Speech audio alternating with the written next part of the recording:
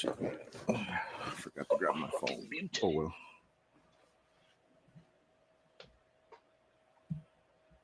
And we're here. Are we live? It's all the way live. There it is. If I'm not mistaken.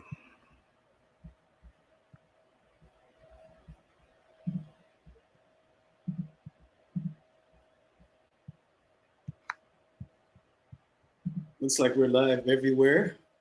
We are live. Yes. So I want to welcome everybody to the Random Ash podcast. We got my man, Mr. Zino from Connecticut, right? That's where you're from? Right now, that's where I'm at. Originally from Springfield, Mass. But we in Connecticut now. CT. Yeah, we got Ape Herf, the man up in Texas. We're down in Texas, right? Down south, baby.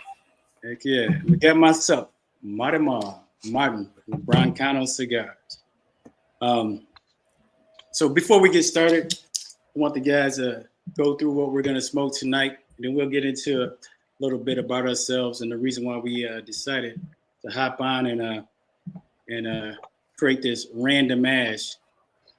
So Mr. Zino or Ape Herf, whoever wants to go first, and I'll follow up with the last, I guess. What are we doing? Introduction. We'll do the quick introduction because I was the last one to come in and shit. So, basically looking, we just looking to shoot the shit, smoke great shit, talk a lot of shit. That's pretty much it. Not doing no fake stuff. Not here for that. There's plenty of other podcasts that do that for y'all. But we looking to smoke shit, talk shit, and have fun. That's it. That's what's up. Have fun. Try different shit. I'm gonna throw ahead. We're gonna try some different shit. Yeah. All three of us got, I think, different palettes. So I'm coming from like consumer, reviewer, creator side, and I think I got coming up to a year on the Ape Herf YouTube channel. Prior to that, I was just kind of smoking as casual. I started my journey back in like 2013, somewhat similar to Martin. I took a trip to the DR and did the typical tourist. We went on an excursion type thing and went to visit a factory. But from kind of then on, when I came home, just kind of on and off here and there, a lot of legacy stuff, but now starting the channel, being exposed to all the different boutiques, the crafts, and I mean, just anything and everything. It's been a journey for me, but it's been pretty dope, meeting people like Martin, meeting people like Ian, and everyone else via Instagram or YouTube. It's been a fun journey. So kind of bringing that perspective to the podcast and whatever knowledge I have, I can share with y'all. And I'm just here to download everything you guys have as well. That's good to hear. And myself, Martin from Broncano Cigars. Not going to go in a deep dive right now about Broncano, but we will eventually tonight. So the reason why I picked Mr. Zino and Ape Herf, because these guys, actually talking to these guys over several months, have an unbelievable palette. Ape Herf is very detailed about the information he provides. And I mean, he gets down to it. So I mean, highly recommend if you have a cigar, you need it tested out or reviewed, send it on over. Now, if you have a cigar and you need to test it out or review, I mean, Mr. Zino, if you talk to that guy, he's going to give you the real deal about your stick. So if you see him at the lounge and it ever comes up, try my cigar or anything like that, it's going to be real. I mean, not saying that Ape Herf is not going to be real. He's going to give you the nice, but come on, but let's be real, man. This is an industry full of snake oil salesmen. Like, somebody got to try and keep it honest and a buck with them. Like, right. It's not like this isn't a luxury item. I mean, we all work hard for our money. We live in America, majority of us. So we understand the 9-to-5 grind. I'm not trying to spend my time when I finally get that hour and a half to 2 hours, maybe even 3 hours on a good day, and ruin my palate. I'm not doing it. Absolutely. I'm sorry. It's like when you go to, I don't go to Outback, but if you go to Outback and you order a steak, I mean, like, give it to me charred, well done, hockey puck, baby. Nah. Who wants that, man? It ruins date night, man. You can't go back to the house, get you a nice drink with your lady. You might want to get some yam, something like that on. It's not going to happen because you had that bad steak. You're not going to get any kisses. You had to go gargle. So, hey, I understand. I'm not a cigar reviewer. I can't even say it. That's why you don't even speak English. Exactly. You don't even speak English.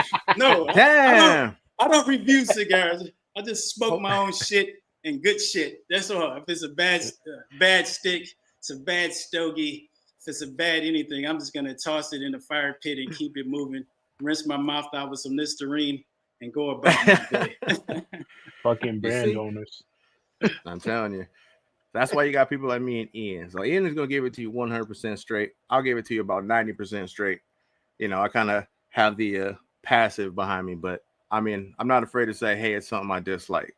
I mean, there's recent cigars that are just recent release, and I'm just like, you know what? No, it's not for my palate. It may be for yours. Go ahead and give it a try. That's what I go with, But I mean, I'm in the same boat. I'm also a consumer. I work a 9 to 5, sometimes more than that, and it's like on the journey for me, I'm trying anything and everything. How else am I going to find out what's good, what's bad, and I'll be honest, I haven't tried a lot of that elevated stuff. I haven't tried like those Atabays or the Opus X's, the Davidoffs, although I do have a Davidoff, but I'm kind of thinking like, all right, am I there yet to give it something proper? You know what I mean? So as I level up in my journeys, which I'm hoping through this podcast can do that, because I know Ian smokes fire, straight fire. Yeah, man. I'm not gonna lie to you guys and say that I wasn't spoiled coming into this industry. One of my brothers owned a Davidoff shop about, I think it's about 15 years ago now. He's the one that I always knew I wanted to smoke cigars. 18th birthday, I had already hit him up, and he was already giving me high end. Like, I skipped the whole flavored cigar thing backwards.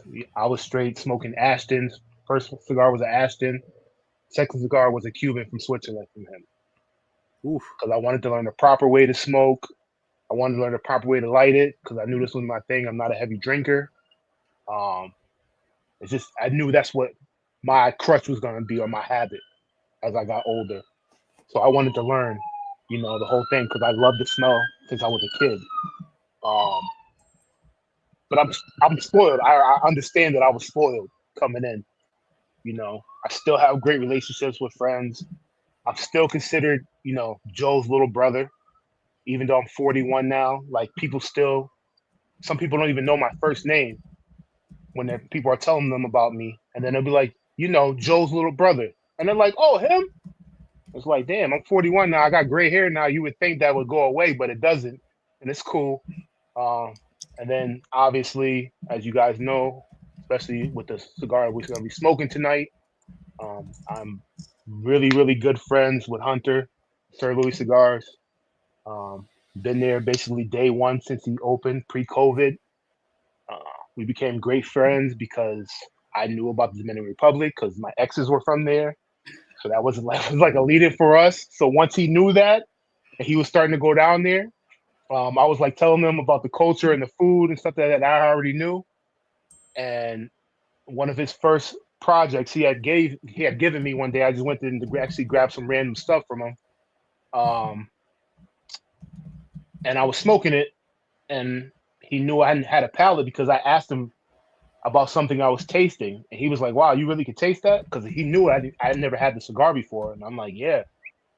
So that kind of just started the wheel going, and then became that. I guess I'm like the guy that everybody knows as the Sir Louis guy. I get that hate all the time, but I'm like, "What do you want me to do?" I'm somebody who's been smoking since I was 18. I'm 41 now. So you're looking over 20 years that I've been smoking cigars. No disrespect to the legacy brands. I love what they do. I respect what they do in the industry. But for me, I'm at the point where I'm bored. It's like somebody who's a bourbon guy, you know, they're not going to keep drinking, Buffalo Trace. It's good for what it is, but they're looking for the stuff that, you know, comes out maybe once every 5 years. And there's only a select few of those guys that know about it and they're drinking it, and it's incredible. That's what kind of I'm at right now. And I'm trying to get more people involved in that stuff because cigars, I mean, there's so many brands out right now. It's insane. And there's so many brands. I mean, even talking to you guys smoke a lot of cigars. You two have incredible palates yourselves. You smoke a lot of variety of different stuff. But even in our conversations in our group chat, I'm like, hey, you guys smoked this yet? And you're like, nah. And I'm like, what? You fucking smoke everything. How you ain't smoked this yet? I'm bugging out. So I'm like, this is impossible. So I'm like, all right, if these guys who smoke a ton of cigars themselves, we've talked about blends, we talked about, what we taste. And there's stuff that I've smoked that I thought was normal because I've seen it so much. You guys still haven't had a chance. So I can only imagine all the other brands and stuff out there that isn't getting discovered yet by a lot of the masses. So yeah, that's my take. And to lead off that, there's a lot, man. Like you said, I mean, getting into it, there's tons. And I think kind of like you mentioned, bourbon and maybe even whiskey where, they've got their allocated or their craft brands. And that's the hot ticket right now. It seems like a lot of the smaller boutique, the crafty brands are just coming out the woodwork, and some of them are pretty fire. I've gotten a chance to, get a hold of some or some recommended or just through like, the different avenues that are available to you to find out about these. Like you got Sir Louis, who's got his ear to the street. He's bringing in, new brands like the AGs and he just brought in, I forgot who, but then, there's a whole these smaller sites that are going to specifically cater towards these craft and boutiques, like Martin's brand and, just these other ones. So, I mean, the world is wild. Look at it. There it is. Yeah, you already know, man. Like, there it is. But I'm going to put it on pause because we're over here jibber jabbering, talking a whole lot, and we ain't lit up what we all agree we're going to smoke tonight. So real quick, we are going to be smoking that P Magnet Emerald. And the only thing can't say P Magnet. Come on, man. All right, we hitting that pussy. There you go. That pussy Emerald Magnet. Emerald. And the only thing better than some pussy is some new pussy. Yo, I swear that's the brand owner thing. They all say that. Get out of here. I mean, if you find a great blend as in a cigar. Look. So I don't know how you guys normally like. And I'm just gonna say this story. Sometimes I go to a cigar lounge. A while back, I was in Vegas for a conference, and this guy, he was like, "Yeah, I only smoke Cubans." I was like, "All right, cool." So he proceeded to pull out a 5-pack of Rocky Patel or something. I don't know what brand it was. He said, "You want one?" I said, "Hey, bro, I thought all you smoked was Cubans." And then this guy, he pulls out a freaking torch and light his cigar like he was a DJ Khaled. I was like, "Man, you're not worth 12 million, bro. You need to gently light that thing, just touch it with the flame a bit. Toast that bitch." Because we smoke in the Pussy Magnet, I'm going to treat it kindly and go with a soft flame. I ain't even going to break out a torch. I'm going to use a soft flame. Man, you guys soft flame, Treat it real nice. Make sure you relay that to Hunter, too. We treated stuff real nice. Yeah, right. He'd have been like, if it was up to him, you should have beat the shit out of it. Going in like a gangbanger, huh? Quad torch, full flame. Listen, in the words of the plug, which is what my nickname for him is, amongst many other things, but that's what I usually say to him. It ain't no fun until you hitting the fish. Hey. He says that shit a lot. It's funny, but Is that a upstate northeastern thing? Hell no, that's a fucking Hunter Sir Louis thing. That's proprietary right there. So, real quick for those that are tuned in, it's a 6x52. It only comes in 6x52, but it's a Mexican and San Andreas wrapper. the binder is Dominican, and the filler is going to be Dominican, and it's got some of that Colombian in it. I ain't gonna lie. I know who blended. I know who, the blender on this. I could taste it. There's a little bit of resistance on the draw, but it's a good resistance. It ain't plugged. It's gonna slow me down a bit, so this is probably gonna be a good one for the first episode. That's for sure. Ventura. Am I right? Taste it. You are, sir. Taste Okay. Okay. Okay. Hey, this is a lucky guess, but taste it on the first pull of it. Yeah. That's nice. The reason why when you guys were asking me like what should we smoke, and you showed me what you had, as far as from him up here, because you obviously you make some of your stuff in the same factory he does a lot of blends at. Mm-hmm. So I know you guys are kind of cross palettes, so to speak. But when I seen you both had the emerald, and then I knew it. I've already smoked probably a box and a half worth of them since they dropped. That Colombian tobacco that was in it, it creates some different nuances that a lot of people don't get, and it also kind of gives you a lot of body and something different when it starts to transition as you get into your retros. So and it also kind of gives you Right. figured that would be a good choice for us to start with. Mhm. And obviously, let me know what you guys think of it. I like it. It's starting out great. So far, it's good. Yeah, I forget. There's another one that I had Colombian, but you can tell for me, it adds a bit of, I don't know. It's still early. It's still warming up, but it adds, like you said, there's a certain unique piece to the body that lets you know it's just not all Dominican. It's not DR and Nika. There's just something about it.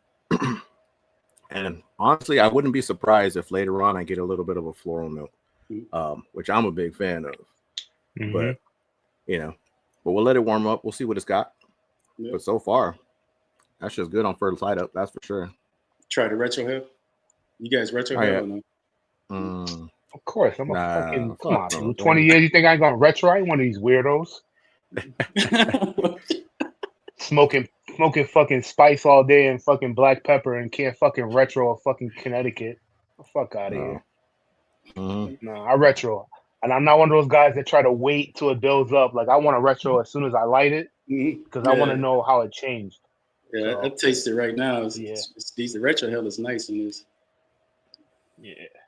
It is. It's smooth. No real spice on it. Mm-mm. So what do you generally pair your cigar with? I'm water all day. If it's not water, maybe a Red Bull or maybe espresso. That's all black. I don't put sugar or anything in it. I mean, otherwise I'm not really a huge bourbon or alcohol drinking like alcohol when I'm smoking, man. It's just water to keep my keep the moisture, not get dehydrated, and so I could basically enjoy the full nuances of the cigar.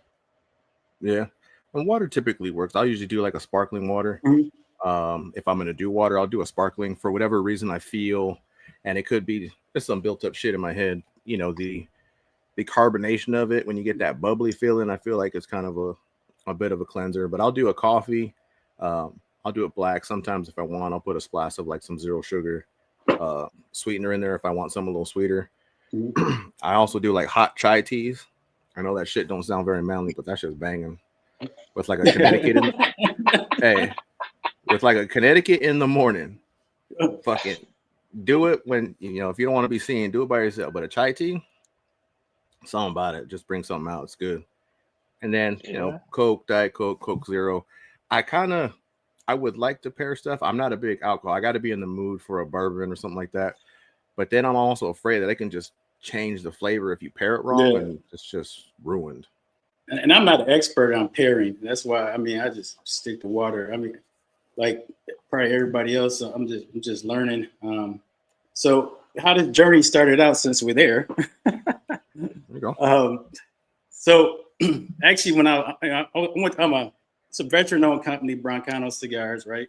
And when we're in Desert Storm, originally we used to smoke beaties. I mean, that's the only thing we can get a hold of back then. And then the transition to the I think I had a picture on Instagram when I was smoking a tip cigar when I was in the Marine Corps, but I'm not 100% exactly what that was. But you know, we wanted something to pass the time because that was a lot of time in the sand.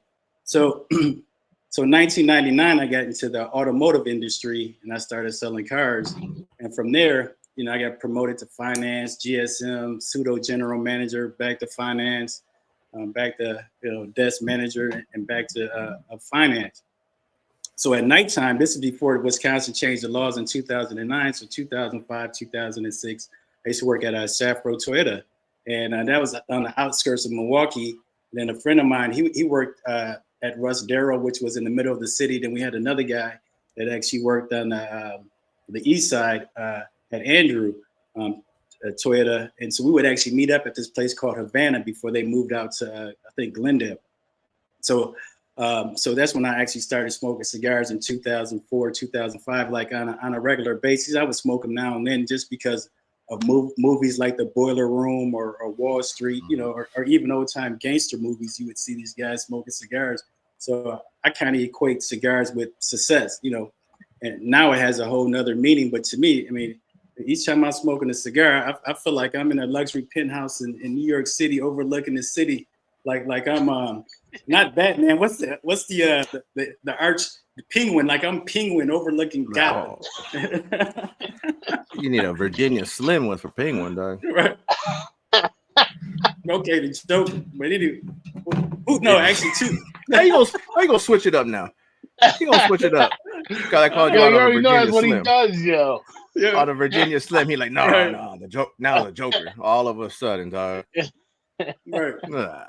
So anyway, man. So fast forward to 2000. You know, COVID happened in 2021, I believe. My younger brother, he lives in Hawaii, and he was like, "Hey, man." So me and my girl, we went to my fiance. We went to Mexico for vacation, and then he was like, "Hey, man, give me some Cuban cigars." It was a Cohiba Maduro, something. I don't know, number 5, something like that. So you know, being a good brother. Was it though?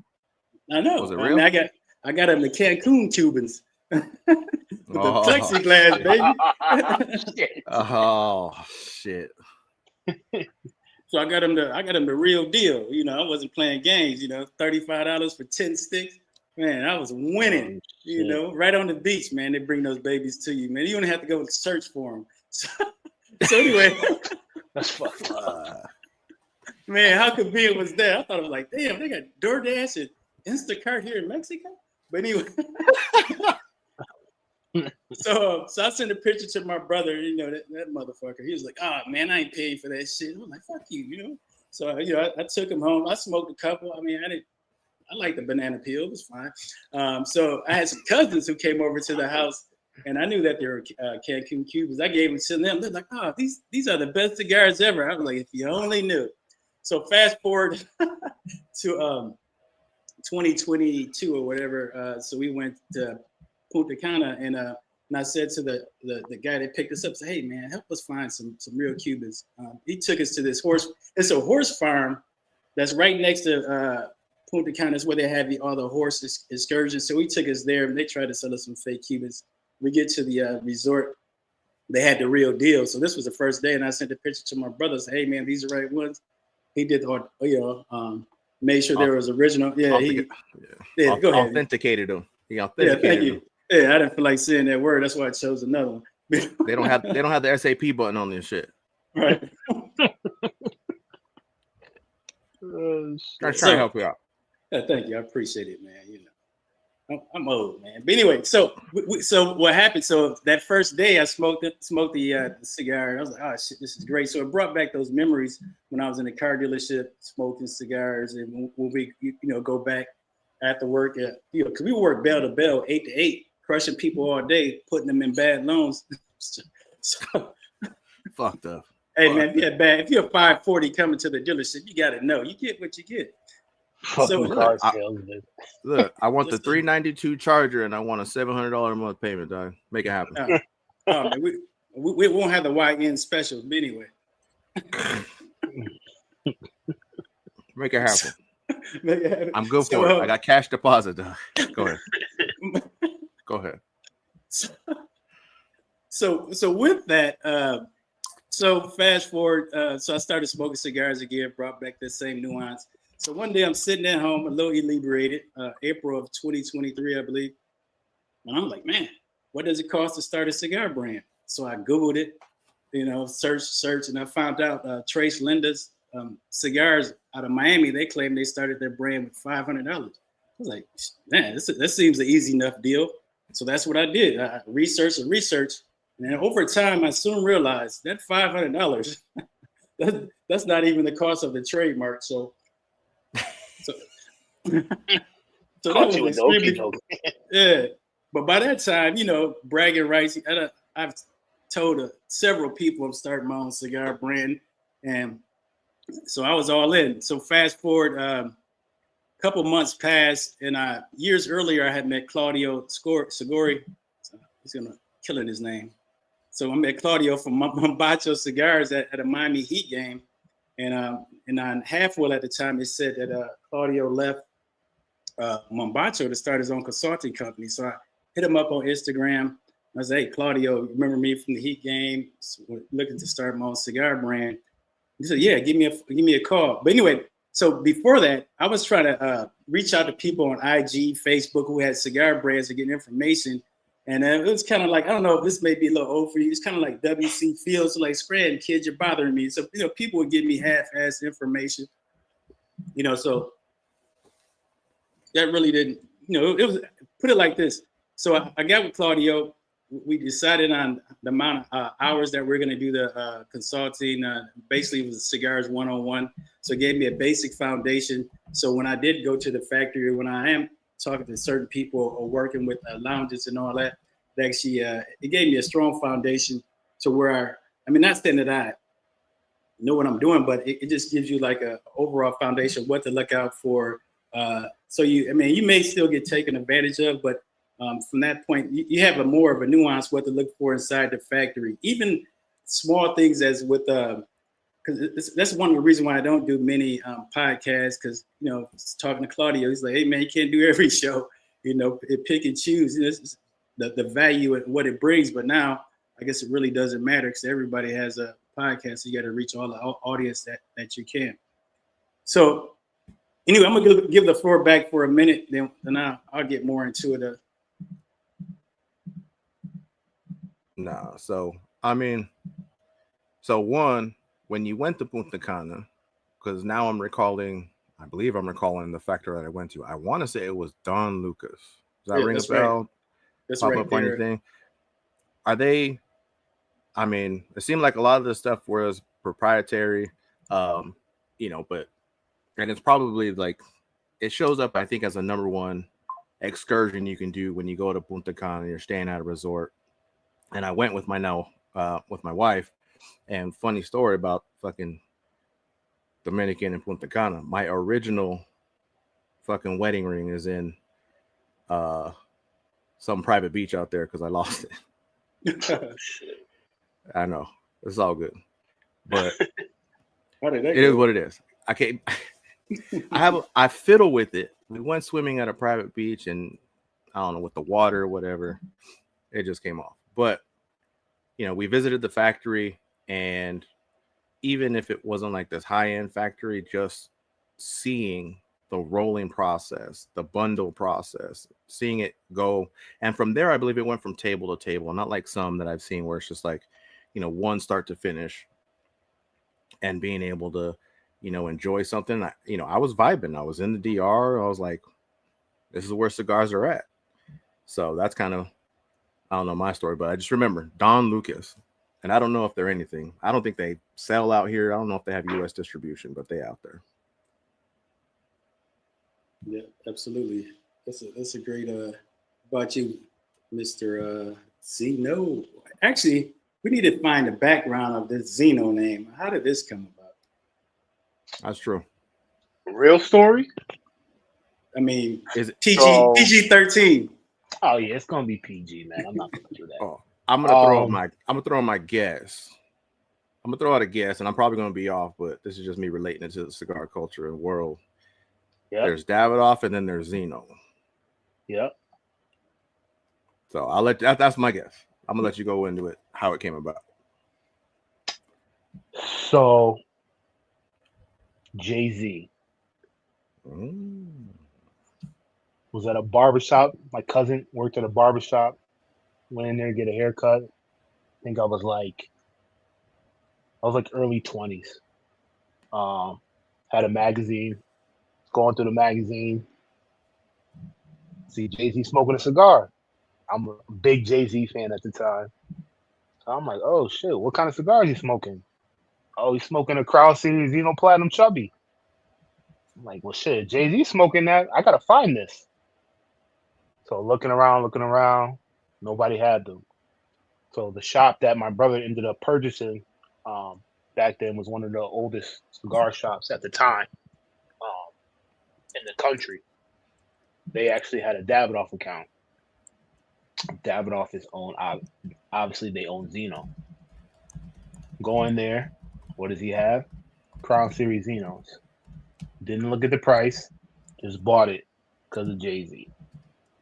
But that was probably the first cigar that flavor notes started kicking. Because before I was smoking like, high and stuff, and I was judging cigars by how smoothly like the smoke probably tastes.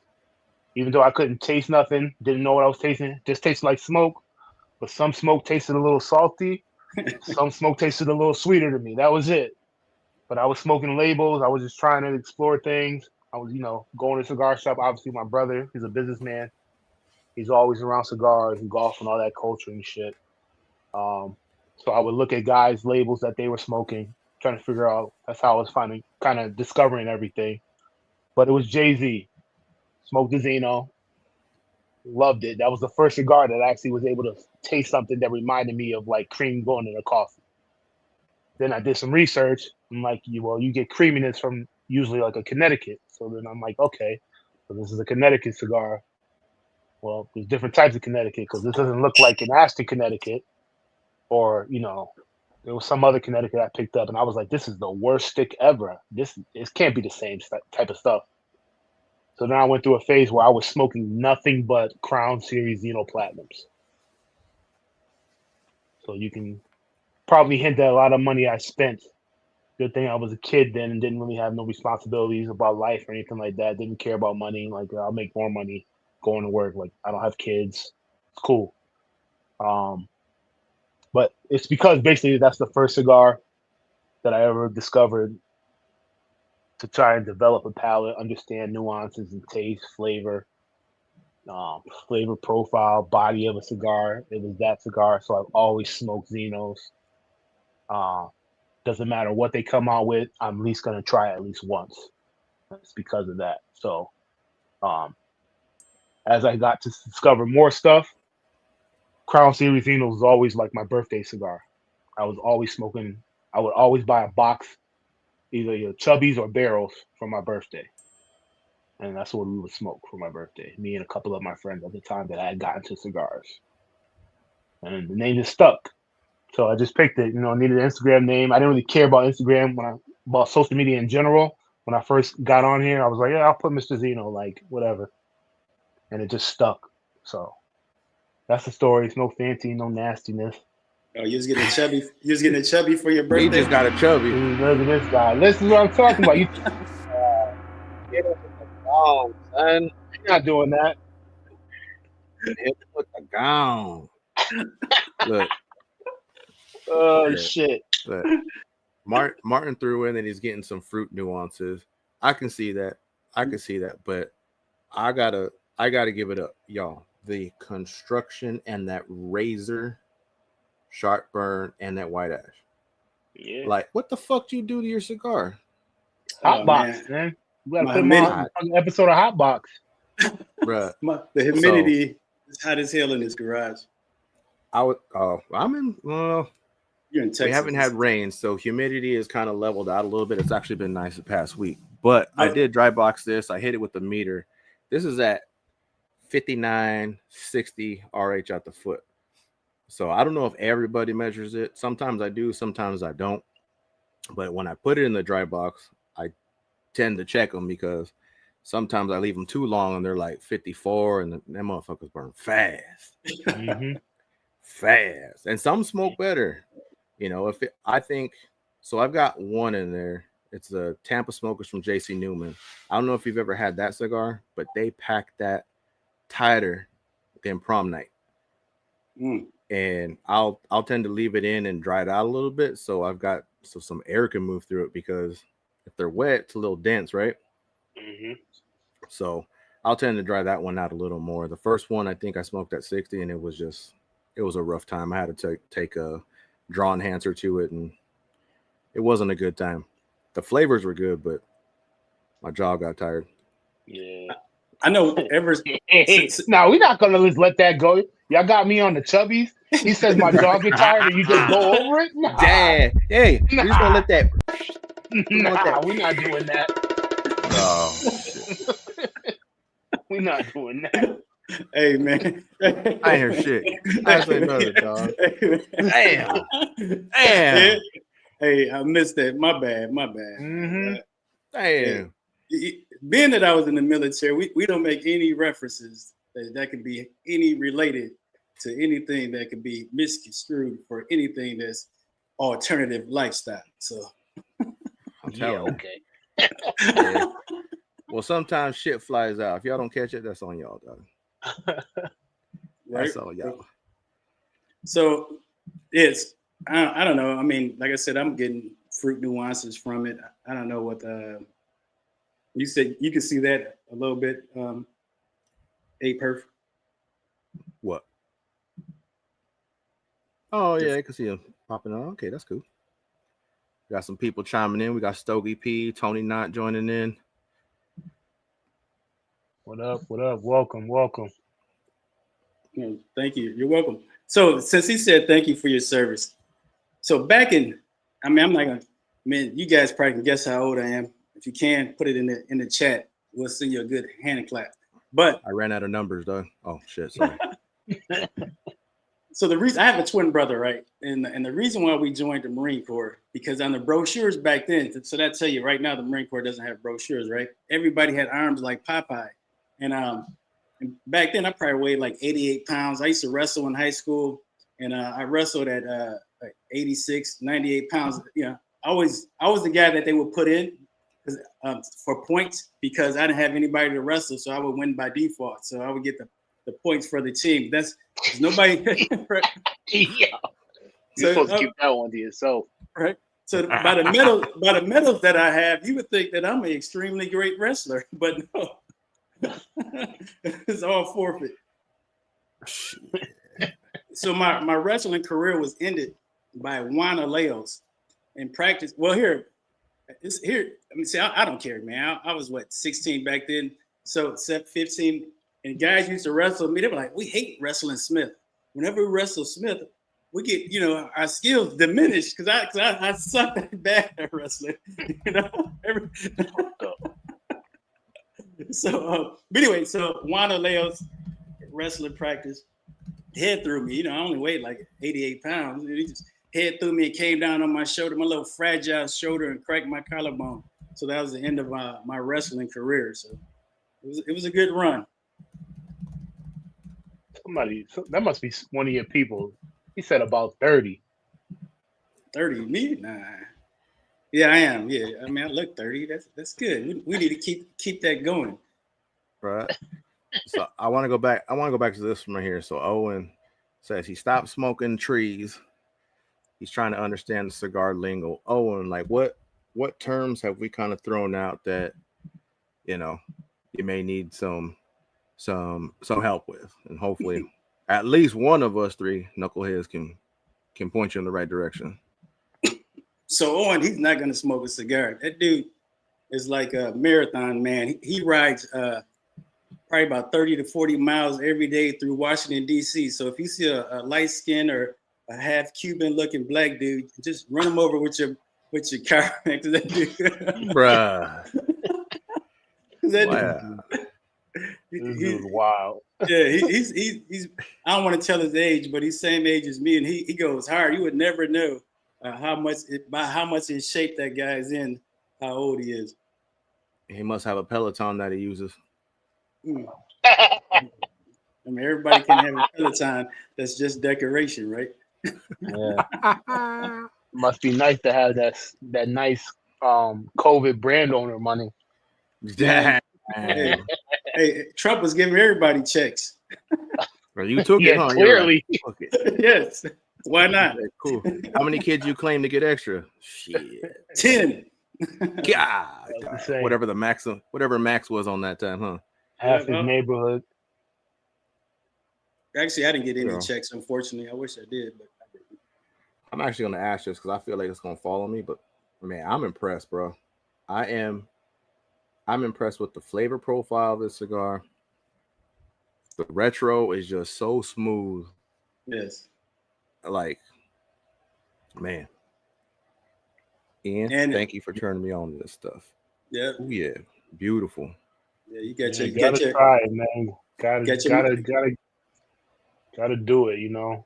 got your mouth on a pussy for an hour and a half. God damn.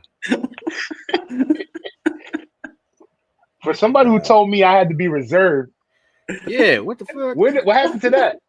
We got read the riot act in the backstage room. Keep it clean, keep it PG. And here you are, walking around. That's the name of the cigar, man. It's Emerald.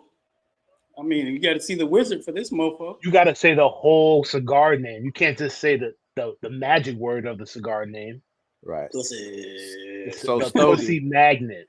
Emerald. The pussy. Yeah. Emerald. This is that Colombian, huh? Yep. Part of It is, Ina. actually.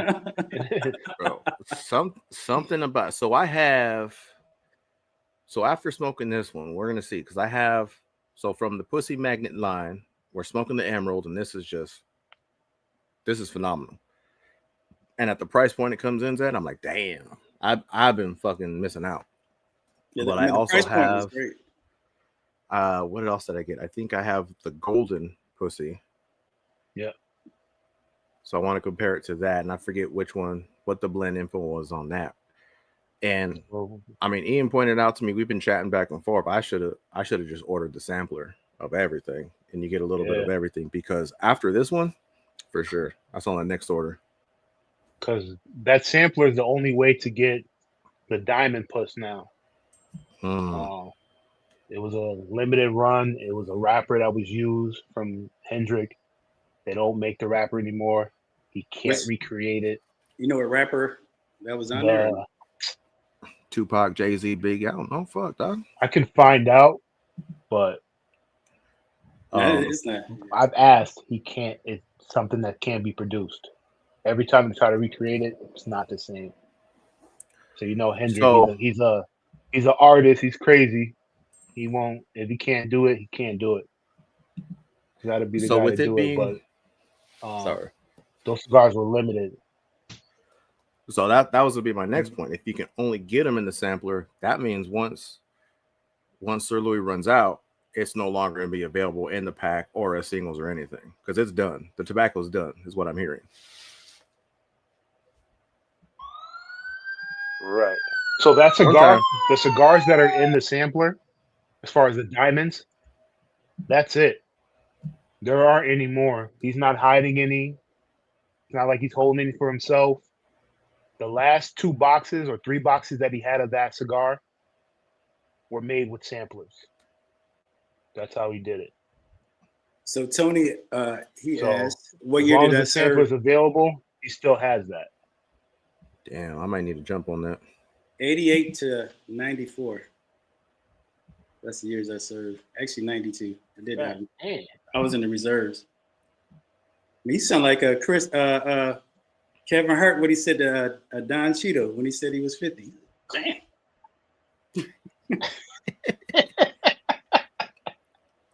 I mean, I'm trying to go back where I was at those years. I'm always gonna have that little brother effect. I'm the youngest brother, so I gotta, I gotta still do that, even though I'm starting to get older myself and I got the gray hair. And my nephew's always busting my balls about this shit, but It's good to give it back still. You see that in the chat, Ape? Which one? Tony, he has anyone had Sombra?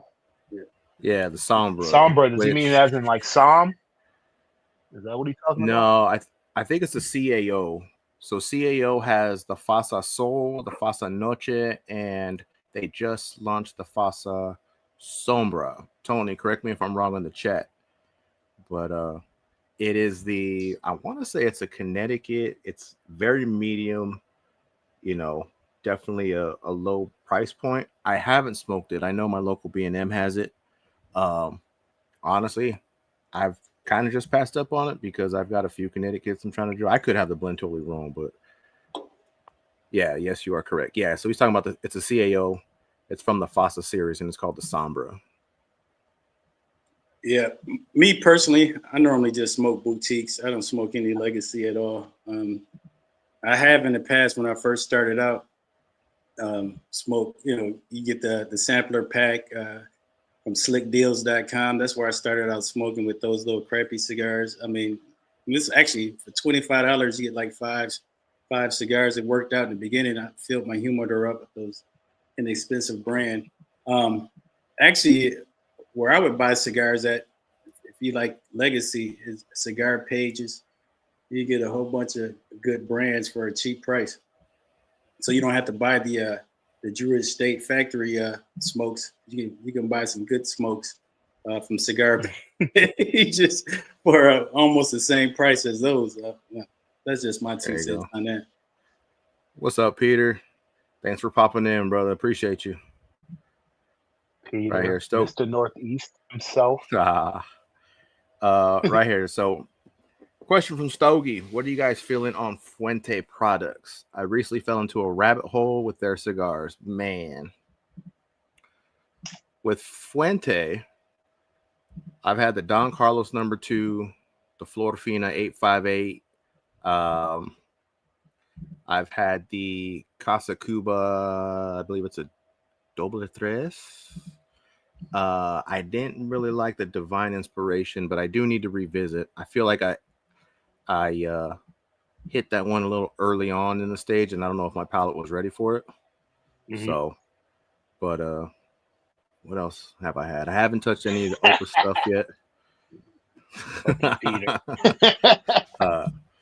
Haven't touched any of the Opus stuff. I'm sure I'll be there probably soon. But I smoked the Don Carlos Opus. Actually, when I first went to the factory, they kind of threw me out. I was like, I want my cigar to taste like the Opus X. And I had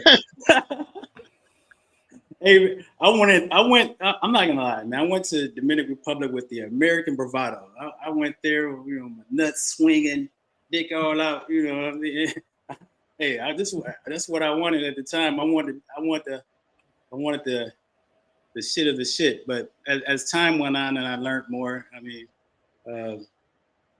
I just wanted, something that actually serves my palate and hopefully everybody else enjoys it. Yeah. What about you, Zino? I know you had to hit our Fuentes. Of course, man. Let's see.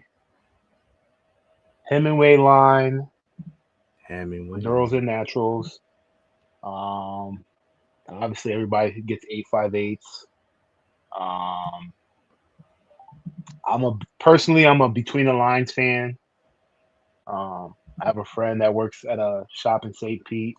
He's a Opus, Fuente, everything that comes out. When the Añejos come out, he's buying boxes of them. So got lucky with that.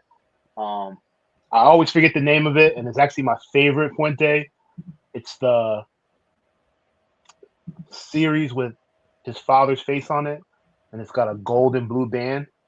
That's my favorite Fuente cigar ever. If you told me I had to choose one Fuente to smoke for the rest of my life, that is the cigar. Doesn't matter the Vitola. They're all great. It's always the same experience every time. I don't care what the weather is. That cigar just puts me in a place where I don't give a shit what's going on for 2 hours. Damn. Yeah, that was nice. I've had so they actually make, which kind of sucks. but I'm glad I was able to smoke one of them. They make the Between the Lines blend in Churchill. It's unbanded and it's only usually for their family members. A friend of mine went to an event and Cynthia had gave him 2. And when he came up here to visit, he brought it because he knew I loved Between the Lines. Incredible cigar. Is that the Peterson Grand Anniversario? Yeah. This incredible cigar, and then obviously probably my favorite opus is a BBMF. That's the first cigar I ever smoked that gave me the same effects as weed. I'm not even gonna lie to you. Like, I was literally on the couch with a friend of mine. He was smoking. We were in a lounge. He brought him up. He said, "I got something special for you." It was a BBMF from the original release.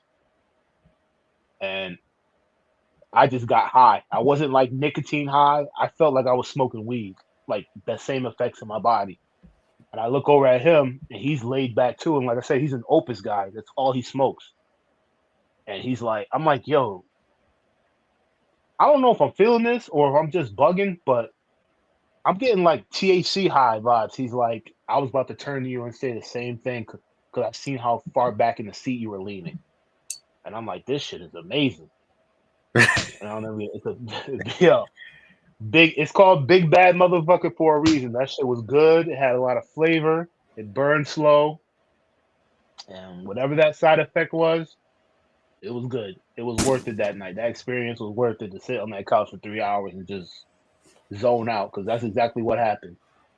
Damn. So, Fuente wise, that's how I am. I mean, being in the Northeast, there's a lot of shops that are well connected with Fuente. So we kind of get everything. We might not get it year round like they do in Tampa, but they definitely cater to the Northeast. So we always have a lot of stuff, especially like that Father's Day release and those Christmas releases. We always get everything around here. Nice. Is it the añejo that's usually around Christmas time? Yep, that's those. All the sizes. Yeah. I don't forgot. I did a rare pink. Rare pink was good. I thought that was a solid signature. I enjoyed that one. Let's see. I don't know if you saw Tony. He smoked a Grand Reserva. He was disappointed. I would say revisit it, man. Yeah, I've heard the same thing from people too, that they were for the money. They're like, mm-mm. How much is it? Around here, it's like, oh yeah, taxes. I want to say it's like mid-20s. Damn, for real? Well, you guys get I think you guys have the highest tax up there, right? Other than California? No, in Connecticut, we're 50-cent cap. Oh, okay. Oh, okay. So it might just be one of those situations. The cigar is kind of limited production, I think, if I'm mistaken. So only certain shops will have it that are Fuentes accounts. But the shop I know around here, like I've talked to guys that have smoked it because I was thinking about smoking it one day. I might have went in there, and they're like, I didn't care for it for the money. Have either one you start to hear that from like different people. Kind of pisses you off, and you're like, all right, I'll revisit it later, maybe. But just never pulled the trigger on it. Have either one of you folks had the Andalusian bull or no? I have not. Of course. Fire. You said no? I have not. Oh, and we gotta help. Yo, if Peter still's on here, hook Sal up, Peter. Like, look, hey. Come on, Peter, man. We gotta get this guy on board. Like, Stefan's gonna see this live probably. He's gonna be like, what's wrong with this guy? He's never smoked Lampert? No, and the Andalusian bull. That's not what I'm saying. We were in a group chat the other day, and I was telling him about, can't wait for the new size of the Ocean Breeze to come out because Stefan is saying that in the bigger size, it actually smoking better than the Robusto that he originally came out with. So we were talking about it. He was like, yeah, I got to try Lampert. I haven't had it yet. And I'm like, how the fuck did that happen? How have you never tried Lampert? I have not. I'm like, what? But he's tried Bombay. You had one, Martin. You fucking had one, dog. No, I like the Ocean Breeze is like my favorite cigar that he has. and I ordered them. Actually, I ordered them from Sir Louis with a discount code. I ended up buying Sir Louis shit with a discount code, 25%. Was it Labor Day? Listen, I'm on a budget. Listen, Exactly. Peter got boxes of shit from Stefan, plus that black card. The new one? Yeah. You know, come on, it's Peter. He got fucking everything. That's why he's busting his balls. I've only seen the room. I know he's got tons of shit. I've only seen the room. Connecticut, listen, Peter got some shit. And then I'm like, I look at Peter's collection, and then I hear that Skinny's collection is fucking even just as big, if not bigger. Because he's always talking about, oh, Skinny hooked me up with this. And I'm like, oh, shit, I haven't seen one of these in a while. Oh, he lost all his bulls in a fire. That's crazy. Well, Peter, I know somebody who got some. Like 30 boxes. 30? Yeah. Are they taxing for those? Good. Stefan's going to be on CD? No, I think he's doing MSRP on, to be honest with you. What is that? Bro, I don't fucking know. I'd be like, bro, give me the cigar. When I was in New Orleans, I paid like $56 for it. For a bull? I never had it, and that's the only place I saw that had it. Nah, you look, I ain't even. That's like a $20 stick. I ain't even smoked a bull and I ain't paying $56. Come on, it's like a $60 stick. Oh my god, no, bro. That I can get you that cigar for probably 20, 25 at the most. Around 5 of them shit. Look, I know you ain't clowning me, motherfucker, for not smoking, but I'm gonna clown you for spending $56 on a bull. Yeah, I don't smoke that much. I just told you I buy Zino Platinum Chubbies and fucking barrels, and they fucking doubled in price in the last 5 years. So have you had the daggers, the Andalusian bulls? I think they were trying to they came in like a 5-pack. The daggers that they were 5. The base. I only know about CAO daggers. Yeah, the Amazon base. I'm sorry, man. I'm bugging. But yeah, you want my honest truth? Go for it. It's gonna be the same as mine. Fuck no. Sorry, I told you. I've been exposed to the industry. Yo, listen, we're going to do this podcast. I'm the consumer of the podcast. Yes, I'm not buying all the marketing BS. I'm sorry, I can't do it. The marketing behind it and the hype behind it was real though. Like pre-orders were going down. And then they got there, and they just didn't live up to the name. I feel like they had some extra tobacco, and they tried to make a dollar off it. That's exactly what it is. And I don't understand like how these guys believe this story. So let me get this straight. This Amazon basin that comes out once a year, right? And it's supposed to be tobacco that was made in a fucking rainforest. Let's think about that. You mean to tell me that CAO, out of all the companies in the world, have found out a way to grow tobacco in a rainforest, guys? Come on, let's be serious. But I've literally had guys come up to me when I've been in the lounge. They know I smoke a lot of different stuff. They know I'm boutique heavy. And they'll be like, yo, you tried a new basin yet? You know that the tobacco is from the rainforest. That's why it's so limited. And it's so exclusive to get. And I'll be looking at them like, you're joking, right? And they'll be dead serious about it.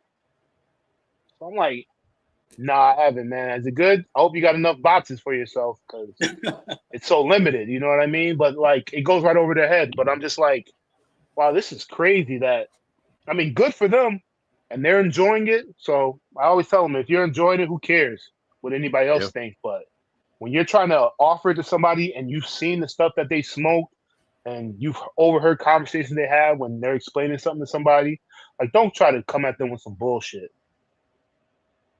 And I'll say the fucking the word that nobody in the industry likes to use, but they all use the product. Batoon. I mean, let's be honest. It is what it is. There's a lot of brands that use that shit. Mm-hmm. And you know when it's there when you put the tobacco in your mouth and you taste something that's not natural.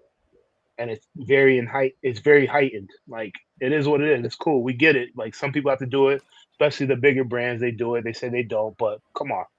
we know how crops go from year after year. They're never consistent. How do you keep it consistent and come out with that same cigar? They're on those PDs. You know, it's cool. Like, I understand it. I get it. Like, and that's how the industry is. That's why I love to stay to boutique, because one, they're usually doing smaller batches, smaller quantities, and they're not afraid to take chances on different blends and dealing with tobacco that has less yields. Yeah. So that They keeps have the me flexibility interested. to do that. I think those, like the boutique, they have the flexibility to do that. You know, I don't think you'll, see a legacy blend make a move like that. Like, they got their bread and butters, they're established, that's what they're doing. But they kind of do. They put it in a nice fancy box, and they charge you 5 times what they probably normally would have charged for the blend. You know, So, we're talking regular Amazon basin. I like the regular Amazon basin. Daggers I didn't dig, since we're on the CAO thing, but I dug this year's release. I think I still have like 3 left from the 10 I bought. But question at hand, is the bull good or is it hype? It's good. It's on what you like. It's great. Honest with you. I like it. I mean, shit, if I could find somebody to make, never mind. But yeah, I mean, that shit is fire. Look, $19 to $22. Yeah, that's right. You paid 56. I'm like, that's crazy. Like I said, 25 is what I've seen from a shop around me, and we consider that gouging. He's gouging at 25 to us. Hey man, they saw me coming in there. Yes, say it again, Peter. His mic ain't on. Daggers, hot garbage. There we go. Say it again. Type it again. Type it as much. Hot garbage. I tried it like him. I can't do it like. With the daggers, if you smoked just the regular Amazon basin release and you go in with the mentality that this is what I'm supposed to get in a smaller format, you played yourself already. That's the mentality I went in with. Because, like we all know, the size and the format can change, can sway a flavor left or right. Absolutely. And that's why like you, Martin, that's why you put the Broncano out in one size. That's what that size was blended for. It wasn't meant to be a Robusto. It wasn't meant to be a Gordo. It wasn't meant to be any of that. And a lot of boutiques are just doing that. Blend the size that tastes the best, and that's what you're putting out. Yeah, I agree 100%. Plus, with the just because everything I have is a Toro size, and I'm across my right now. The silver is a 6x50, but on the next go round, we're gonna move it to a 6x52. So everything across the board is a 6x52. But at some point, I will have to go down to that smaller Corona size with something, but I want to get something specifically made for that. Because the smaller size is going to give it more intensity. The bigger size what gives it more airflow, so you're able to taste the fillers more. So it's going to be more of the wrappers, what you're going to get the nuances from with the smaller size. And that's probably why with the dagger that it did not taste as great as the regular size of the size that everybody smoked. Yeah, real quick for my boy, no way. Hype machine. No way, we're smoking the Sir Louis, the Pussy Magnet Emerald. And it's damn good. It is. I'm right here on it. I don't know where you guys are at. But... you a hot box, dude. Like, yeah, you know why he's doing that, though. You know why he's doing it. Why? Because we clowned your ass talking about it's going to take you 3 hours to smoke a fucking Toro. Hey, man. I got baby lungs, man. Just inhale. You ain't got no baby lungs. Go use that Peloton. Get your cardio up. I need to, but hey, I got I'm skinny fat. He's skinny with his stomach. He said skinny. Yeah, I'm fat with abs. Get out of here, Doug. Everybody got abs. It's just the fat that's covered it. So since we're explain what you just said, Zino. Explain what you just said, Zino. Which part? About what? Which part? He might be referring. He might be referring to. He might be referring to the marketing lingo. We'll see. Put it. Which Stokely, put marketing it. Put it in the chat. Put it in the chat. Let us Stokely. know. We're not here to create enemies, but I'm definitely not here to create until you enemies. get my money back. Listen, I could voice my opinion. It's my money. I'm spending. Like, I can't get it back. So if you give me a bad experience, like, I should be able to say, like, the experience wasn't for me. Just so everybody know, I'm a paramedic. I'm saving lives, so I'm not here to create enemies.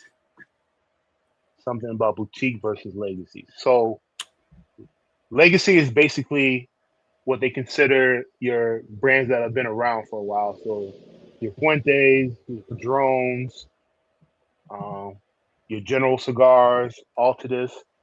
When I'm talking about the crops, so we'll use Fuente for example. They always have Fuente 858. You see that usually in every lounge that is able to carry Fuente. It's a great cigar, comes in at a good price point for their portfolio. But they consider legacy because they year after year it's always available, and it's from a company that's been around forever, just about, as far as industry wide terms. So that's what we mean by legacy. If you see like Ashton and stuff like that, they're considered a legacy brand. Where boutique is going to be something that, like I said, it's usually a smaller quantity that they make. They're usually not vertically integrated, meaning they don't grow their own tobacco. They're made from a factory that is outsourced to create their product for them. So you have your Lamperts, obviously a lot of the Sir Louis Cigar House products. Your Broncano. Boutique Broncano, even though he has aspirations to be legacy one day. He has those conversations, but Broncano is there. My aspirations is being the same level as Davidoff and Atabey. Okay. Have you smoked Atabey? Yeah, I have. I love shit. It. Which one? I'm asking you which one. I didn't ask you. I asked Sal, but I didn't ask you. Yeah, I have. I don't know which one. Actually, I have a memory of. I don't have a good memory, but I smoked the Banderlows. Those are made by Atabey, right? Same factory. Yep, right? that's selected tobacco. Yeah. God damn. I'm gonna get your SAP. Bandalero way. Bandalero. Mi español. Hey, listen, Wisconsin. Hey, what do you expect? Mi español say is it with me. Muy malo. Say it with me.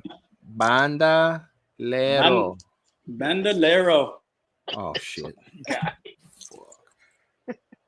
Bingo. Hey man, you guys, just because my gotta go to the Dominican with you. You can't say shit. You guys, you should come. That way I have some freaking company. I'm not going to the factory by myself, damn near dying and shit, smoking cigars. Somebody else can smoke these shits. Yeah, that's it. But if I blend some shit, I'm putting my name on it. By all means, hey, shit, we'll do a special band just for you. I'm all in on that. Man, if you go to the factory, man, in the morning time, you're smoking cigars. In the lunchtime, you're smoking cigars. The nighttime, evening time, you're smoking cigars. I mean, I smoke probably like 10, 15. And it's not really, you don't even smoke a whole cigar. They're handing you another one like, man, bro, I didn't finish the first cigar. So, I mean, and if you go to the factory and you got an hour or 2 hours, you're trying to visit like 3 or 4 factories in one day, man, they're just, it's like smoking with Snoop. Here you go. So you gotta go to the factories with a plan. You gotta go with knowing like, this trip I'm looking for a great Connecticut. So when they're giving you all those hybrids and everything else, like you can just light it up to be respectful because they're big on that thing in the factories down there. But you don't have to stay with that because you know in your mind you're only down here to look for a Connecticut this time, or you're only down here to look for a Maduro. So you don't really have to spend a lot of time on the other stuff. Well, the good thing is dealing with Hendrick. I usually just state the type of nuances I want to get from the cigar. Like the flavor profile. So it makes things a lot easier. I mean, I've dealt with other factories. I mean, La Aurora is actually pretty great as well as far as Manuel. I mean, he gets right to it, tell him the nuances you want from the cigar, and he does exactly, fairly close to what you want. But I have talked to smaller factories, and I got samples, and some stuff wasn't quite as near. Some stuff was like way off base from actually what I wanted to have. And as far as Connecticut, I'll never make a Connecticut. I hate Connecticut's with a passion. for some reason. I mean, just You smoking. smoke Atabay. It wasn't a Connecticut. Atabays are Connecticut. But that wrapper was dark. It's darker than Wesley Snipes. So you had a black Atabay black then. Mm-hmm. But the cigars I started out smoking, I'm gonna butcher the name, Sal. Here we go. Hold on. Let me get ready so I can interpret for these fools. Thank you. Patagras. So the Patagras Black. I mean, that was my favorite cigar. Ortegas? Partagas, yeah. Partagas. Partagas. The school system in Negro, Wisconsin black. is very excellent. We enunciate every syllable, every vowel that's in the word. But yeah, so why don't you like Connecticut's? I'm just curious because you have a European palate. Because we talked about that. I don't get anything out of Connecticut. I don't get anything. It's just. What do you mean you don't get anything? It's just smoke. It just feels like I'm smoking tobacco. Like it's just a rolled leaf with no flavor. So that's why smoking the wrong Connecticut's then. Exactly. Because I tell you right now, you already deal with somebody who already makes some of the best Connecticut's ever. So I don't know how you didn't smoke a Connecticut that you liked when you're down that factory. The Habana wrapper, that's Connecticut? No. But Hendrick, I'll say his name. I don't give a fuck. Yeah. KBF makes some of the best fucking Connecticut's, Habanos, HVA, and Yamasa cigars on the planet. Yamasa, yes. Period. You know how crazy his collection is. I mean, we talked about it. Obviously, I know how close him and Hunter are. Mm-hmm. His blends are crazy. His nuances he comes out with are crazy. It's insane. And I think he purposely makes stuff for people's palates to see if they can develop their palate in the cigar. Because I've had, for instance, you finally smoked the Papi De Niro, the original one. Oh yeah, that's fire. I've given it to my brother, for instance, he's a Davidoff whore. I'll say it. He's a big time Davidoff Opus whore. Like he loves it. So I'm like, all right, cool. Well, hey, listen, this is a guy who's trained at Davidoff. His blends are fire. They're complex. If you say you can taste, you like taste. All right, I'm gonna give you something that I know this blend is through the roof as far as complexity, and if you can taste, because it literally is layer on top of layer. Once you get into it, it just goes. And he was like, it was all right. And I'm like, well, what did you taste? He was like, no, I tasted a little bit of this. And that's all he mentioned. And I was like, I looked at him like, you're the type of people that certain brand owner told me 90% of the flavor is in the wrapper, meaning the band. And it's a certain, brand owner that sold his brand for a lot of money, but he still reps them. And it's a room number. We'll put it to you like that. But he made the comment one day. He said, 90% of the flavor is in the band for consumers. And after hearing that from my brother, he was kind of right, because I'm like, there's no way you can tell me you're Davidoff, and I know you're Davidoff. Like I know his collection, I know what's in there. He's got some rare. My brother's favorite Davidoff is a Puro de Oro. He's been begging me to try and get Hunter to figure out a way to get Hendrick to try and recreate that cigar. And I've talked to Hendrick when Hunter was in DR at his factory. Hendrick told me there's no way for me to create that cigar. There's a tobacco that's in it that they can't reproduce, and they've tried to find something to replace it, and the blend never tastes right. It never tastes the same. But that's my brother's favorite cigar, and it was one of the most flavorful Davidoffs ever on the retro and on the mouth. So I'm like, how do you like that cigar so much? Papi De Niro is it shares some DNA in there for sure that I know, but you didn't tell me you were tasting any of that from your Puro de Oro. So I'm like, I get it. Well, Martin grabbed this. I told him to grab the Cash is King just from how he's talked about how he likes to taste the cigars. He doesn't care for spice. And I knew that's when Hendrick created that. I knew it was coming with that cigar. So I was like, well, get Papi De Niro, thinking that he was going to grab the new one that just came out. And he told me he grabbed the original. And I was like, I love him.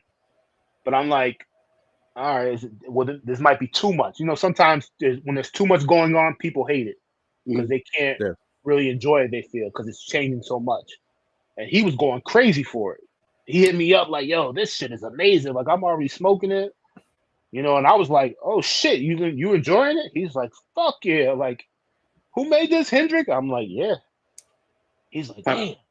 Papi De Niro is fire. It is. It's a great blend, man. Like, and it gives you that kick that I haven't received. I mean, I smoke, you know, from Hendrick's cigars. Because you know, I mean, the nicotine content is there regardless of what the cigar is, but that Papi De Niro, I mean, I still have one in my humidor, which saving that. I got two of them. I'm looking forward to it. But I mean, you mentioned nicotine, and it's just like it's all in how the nicotine gets delivered. You know what I mean? Guess what I got? I'm gonna show you something. Hunter, hopefully, fucking Hunter is gone to bed and he's not on your live anywhere. But you know, because I'm the fucking spoiled fucking black guy. I'm gonna show you something that was given to me. I can't show you the bottom because then I can always say I showed him an old Papi De Niro. Pull that cello off so we can see it. Nah, I'm not pulling the cello off. You see the Papi De Niro.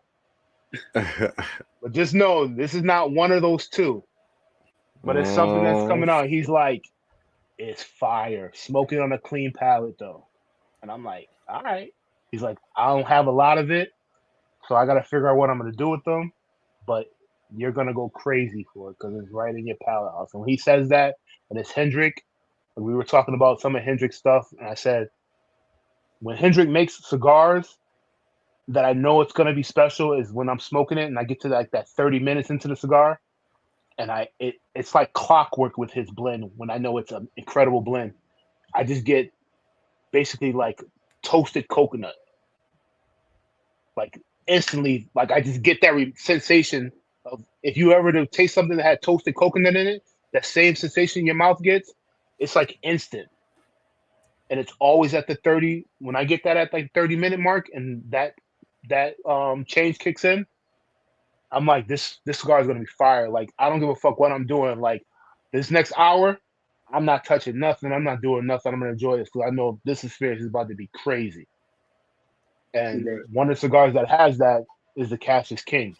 Because when I first smoked the Cash is King, like I said, Hunter and Matt, they were going crazy over it. Like, bro, you gotta get it, you gotta get it. I'm telling you, like the Vitola is something different. It's the first cigar he's used that mold. So I'm like, all right, like you guys know what I love. You know we all know I'm a KBF whore, so cool. Anything I know that Hendrix touched, I'm with it. I smoked the first one, I was like, this is not even better to me than the original Papi De Niro, because Papi De Niro original obviously is fire. But then I'm like, nah, if these two guys were going crazy, I'm talking about when they first came in, they had already went through 10 each. So for them to do that, and they know they have to test all this other stuff, and they're picking this cigar to smoke every day, there's something that I missed when I first did it. So I waited. I didn't smoke one day. The following day in the morning, before I went to work, I lit my other Cash is King that I had out of my pack. And instantly, I was like, oh shit, this cigar is fucking fire. This is what they were getting. I just needed to get my palate completely clean to let everything come through. And I think that's one thing I hope a lot of consumers start to do. To understand, like, if there's people that they trust their palates and they're going on, YouTube, and they're looking at content and they're following guys on Instagram and people that they trust, like you're getting your following, you got 400 subscribers. Congrats on that. But obviously, Peter and the Cigars on Bandit guys, they have a great panel with a lot of guys with a lot of different palettes on there. A lot of people in trust. I see their lives, and a lot of their guys are in their Discord. Even talking to, Creekside. I love them guys too. They're another crew that I follow. Just listen to how they compare their palate experience and their experiences with different blends. You know that they're into it. It's not just a money play for them. Um, but I wish more consumers would learn how to retro and really appreciate blends. And even if they first starting out, when they're learning how to retro and learning how to enjoy a cigar, and when we say enjoy the experience, what that means. Even if you're not tasting, like the toasted coconut that I'm talking about with Hendrik, or we have a saying that we always say, like that KBF graham cracker that we might get, that a lot of his blends get, like the stuff he does from Principle. I mean, you taste graham cracker all through that. That's like a KBF signature, you know. Um, Maybe they're not getting that yet, but they're able to pick up a transition. That's the start. I try to tell everybody, like, when you feel like it's starting to change, it's doing something different to you in your mouth as far as how the smoke is entering and you're blowing it out. It's not the same. It might feel a little thicker to you. Pause. Coming out of your mouth, or might get a little There it thin. is. I think if as long as we start to educate everybody and let them know, like, no, that's a transition point. Like the person who made the cigar, that's supposed to happen that way. You're not doing anything wrong. You're actually doing it right. And the more you start to understand and realize that, the more you're going to start to enjoy it. Like for me, not to go on off a tangent, but I was smoking, like I said, I was smoking at a young age, and I was buying all this great shit. And I knew it was great shit because I was understanding transitions that were happening, even though I wasn't able to pick out of the flavors I was getting, but I knew savory and I was getting sweet, understand the senses that way.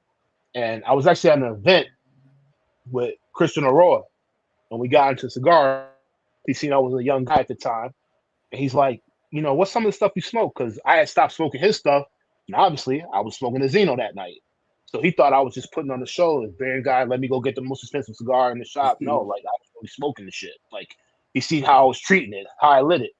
So we get in a conversation. I'm telling him at the time what I'm smoking. He's like, "Yo, you smoke a lot of good stuff, but you don't retro." And I was like, "What's that?" He was like, "You're just fucking blowing your money away." And I'm like, "Is that when you blow it through your nose?" He's like, "Yeah." I'm like, "Yo, I tried it. It fucking burned. I never did it again. I don't know how to do it. Either I cough and just choke, or it burns when I tried to do it." And he's like, "Nobody's ever taught you the right way." He's like, "You gotta cool the smoke down." And I'm like, "What do you mean?" And he's like, "When you take the smoke in, blow some of it out, that'll help cool it down, and then proceed to push it up to retro it." And I'm like, "Oh shit, that makes sense." And ever since then, I've been retroing every cigar. I don't care if it's full body, full flavor, first in the morning, late at night. Like I would do it because I want to. He's like, when we create cigars as a master blender, we create it with the intention that the smoker is going to retro it. Yeah, because your tongue actually has regions on So it. that's why I try to explain to everybody like my cigars, because we're getting older. I'm like, bro, you retro. Like it's gonna burn the first couple times. I'm like, but just blow most of the smoke out and just push a little bit. Even if you push like a little bit of air through your nose, you're gonna start to taste because your nose is more sensitive than your mouth, bro. And there's a lot more nerve endings in there. So 100%. It changed. So I when you think first did that, sorry, go ahead. Go Yep. ahead. No, go ahead. When you first did that, and because it was the same thing for me, it was like another dimension of the cigar opened up. Mm-hmm. Yes, you can get the palate, but when you learn to retro and you do it properly, like you said, let a little bit out, gently blow through. Some people want to do the dragon shit and just hit it hard and retro it hard.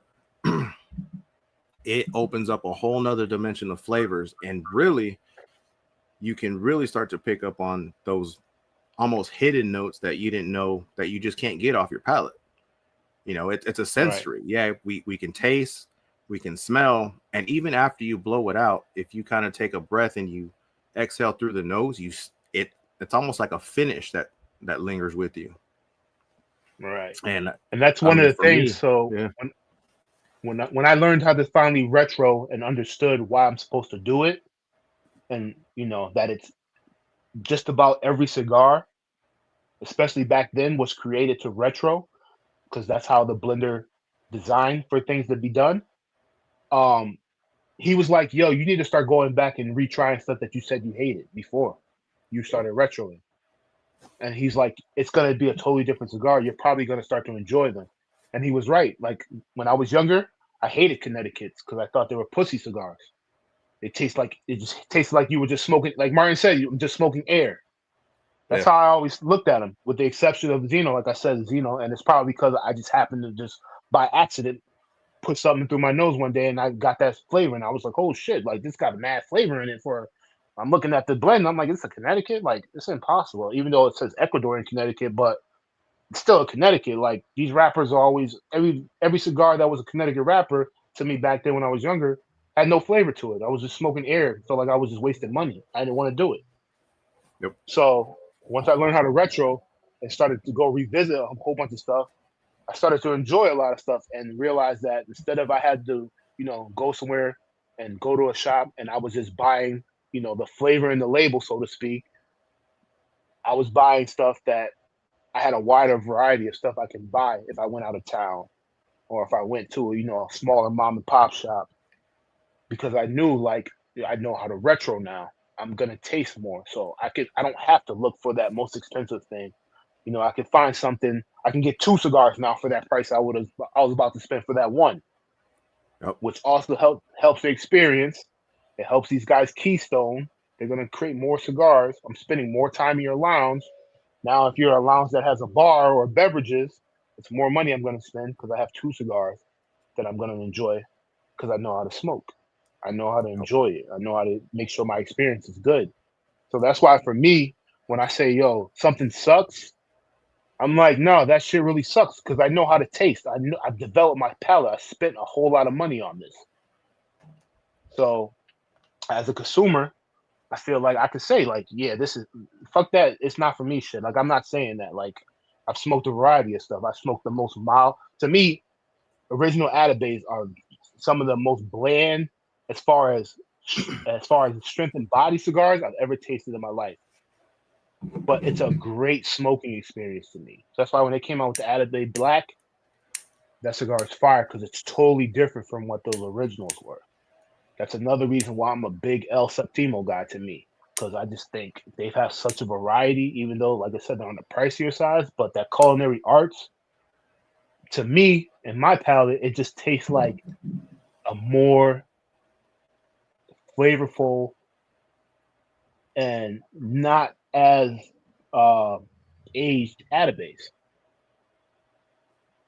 So, yeah, I agree with you. Byron's better than Atabase to me as well. You're right, Peter. Like, I just think it's aged. It's so aged and so mellowed out. Like the nuances is there, but it's like, damn, like, can I get a little bit more body? And if I had a little bit more body, it'd probably be a little bit more of these flavors, which I think that's like Peter's saying with the Byrons. I think he does that. I don't think they use the amount of time that they do. I think they split the time probably in half of what they're doing on their aging process. But that's my rant about retros. I think everybody should do it. Everybody should learn to do it, especially if you want to not waste your money. Like, it's a luxury item, dude. Get the most out of the luxury item. It's like guys who get bourbon, and instead of them putting a little splash of water in the bourbon, they're putting half of it in there, and they already got ice in it. And it's like, you just wasted your money, dude. You just watered it down completely. Yeah. So I think brick and mortar guys, they need to do a better job of educating their consumers. Yeah, because your tongue has 5 regions in there. So I mean, with the retro hell, it's going to get back to that back region, so you're going to get more flavors out of that. Besides, because if you like spicy stuff, that's because the tip of your tongue, the way you're lighting a cigar. I mean, because you can get spice out of any cigar if you char the shit out of it when you light it. But 5 regions on your tongue, and that retro hell is going to get that back region that you're actually missing for those flavors that you're not getting. And it actually does change your entire experience with the cigar. And I learned once I learned how to retro, it actually just gave me a whole new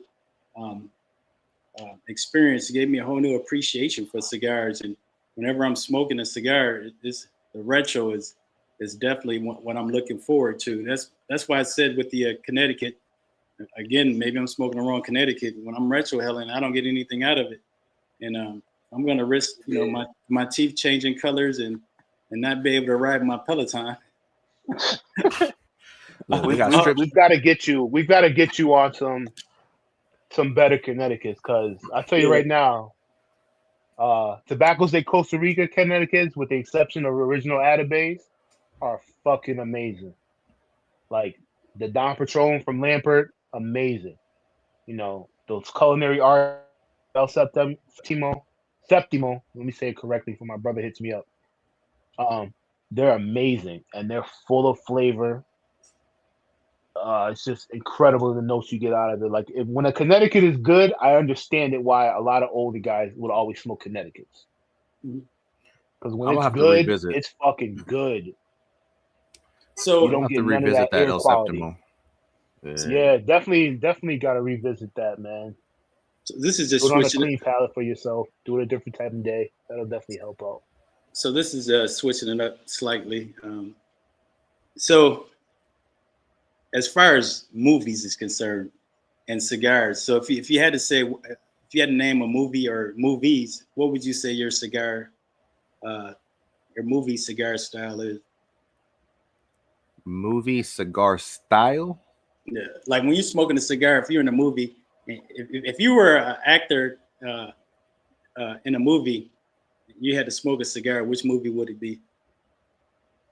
It could be a series. Depends on For your me, mood, it would be man.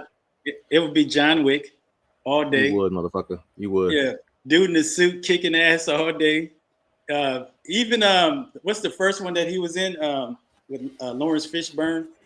Can't even think of it. So it would be John Wick, definitely John Wick. It would be Narcos if we had to do a series, the original Narcos. And then if I had to throw another movie in there, I would say Training Day. So those would be like, if I had to relate what I think of my cigar smoking style, you know, because I think in those movies everything is like smooth, you know, some aggressiveness. It's not really just blatant whooping ass, but it's just, you know, it's a mission that needs to be accomplished. All right. That's a tough one. I think one movie comes to mind for me, and it's always on replay. I can sit down, watch it anytime, is Pulp Fiction. Oh, yeah, it's classic. So that'd probably be my movie. As far as the series, long ass Sam Jackson monologue. Does he look like a bitch? I don't know. With movie series, I'm so all over the place with shit. I think I agree with Zino. With what mood am I in? You know, am I in a, you know, am I watching a suspense action flick? You know, am I trying to go gangster and be in Casino, Reservoir Dogs? I don't know. That's a good question. I'm gonna have to think about that. Zeno, if you got some off the head that you want to throw in. Man, mine's easy. I'm a big time I don't give a fuck type of person. Oh shit. So I'm a Casino guy all day for movies. That's my favorite movie. I could recite the whole movie front to back. What about Goodfellas, man? Goodfellas along that same line. No? Casino for me. Mm-hmm. And just, you gotta remember, I'm a Northeast kid. There's mob influence growing up all through this area. Right. There was nothing for me to understand and know, like, okay, those are wise guys or mob guys. Like, it is what it is. Like, yeah, because you guys had the Irish mob up there as well. And if I was doing a series, it'd be Tony Soprano, because he was already a cigar smoker. Yeah. He didn't give a fuck. He was always going to enjoy a cigar no matter what. If he needed to calm down or they had a big time score, he made some money, he was smoking a cigar. He coming home after a long day out, he was watching TV, he was in the pool house smoking a cigar. Like, I've known so many guys that have that mentality. You know, one of my friends, I won't say his name, he just reminds me of Tony Soprano, older gentleman. We always actually give each other cigars for our birthday. We always give it. He started me with the birthday thing with the Zinos. he would always give me a Zino for my birthday. And once I got into my career, I returned the favor for him every January for his birthday. So, Bopper, I know you'll be watching this probably on a replay. I know you sleep, but that's my guy, man. He's probably the biggest Connecticut smoker I know. Like, this guy smokes probably 6 to 8 Perdomo champagnes a day. Tried and true classic right there. But he's a guy that he understands it. Like, I've given him, rare stuff that I've had. And he'd be like, oh, this is amazing. But for his everyday that he's going to, he's smoking Perdomos. Like, he buys them by the boxes. When I tell you he's smoking 6 to 8 of them a day, he does a lot of wholesaling of cars. That's what he's smoking. And I get it. That's what he likes. That's what he likes to go on a go. Like, he doesn't mind if he has to put it down. He'll just go light a new one up for him. It suits what he wants to spend, and he does it. So there's definitely guys out there that are like that. But for me, it's Casino on one end, Tony Soprano on the other. Just don't give a fuck. If there's something to celebrate, we're smoking a cigar, doing it. If we're stressed, we're smoking cigars. Basically, typically what guys that smoke cigars now in real life, that's what we do. Yeah. If it's a celebration, we're smoking a cigar. If it's a cookout or something like that, we're smoking a cigar. Cool. If we're watching TV or watching a game or something like that, we're gonna try and smoke a cigar if we can. So that'll be it for me. 100%. You touched on Connecticut, so I want to jump back to Long Live Tiberius. So he says the Connecticut's that are must are the Davidoff Millennium in the Pyramides, the Hoya Cabaneta and Labas Mancero, and then he's got the Dunbarton Sobremesa Brule Blue and the Grand Corona. Yeah. I mean, if you're gonna put Sobremesa Brule Blue in there, I mean, you got to put Principal Martinique in there. Martiniques are fire. Oh yeah, they are fire for Connecticut. Like, that's incredible to me. You already know where I stand with all that shit. I know we gotta get you, man. I was talking to Hunter earlier about you. I was like, yo, Sal. He was like, oh yeah, I seen his name. He buys stuff for me. I'm like, they both waited till the sale because they wanted to try some stuff, and I was like, yeah, I knew the sale was coming, obviously. So I was like, hey, listen, you probably can do something in 2 weeks. Just pay attention. I'm gonna repost something. So, and you guys both jumped on it. So he was like, all right, cool. And I was like, yeah, but Sal. I told him, Sal, he's still in that full body. I want spice. He was like, no. We just got to get him to keep smoking. He's still in that phase he needs to outgrow. And once he does, he's going to be like, shit, what the fuck have I been doing? That's one of his exact words. I was in the shop like, oh, he's still in that phase. All right, it's cool. He's like, eventually he's going to catch on, especially he knows you're reviewing and you got a page. You're going to start to smoke a lot more stuff because you're going to see what the hype is on these things. And I know, Peter's jumping in these lives with us. They're going to start telling you stuff to check out, and they're going to tell you what they've been experiencing. So he's going to grow out of that phase where he wants spice all the time. I said, I know, because I was there. So it's coming. That's me 100%. When I was getting in, it was like Maduro, everything. Mm-hmm. Then I found the Habano, the Criollo. Then right now I'm on this broadleaf kick, man. Like, and it's just like, I don't know. I see the blend.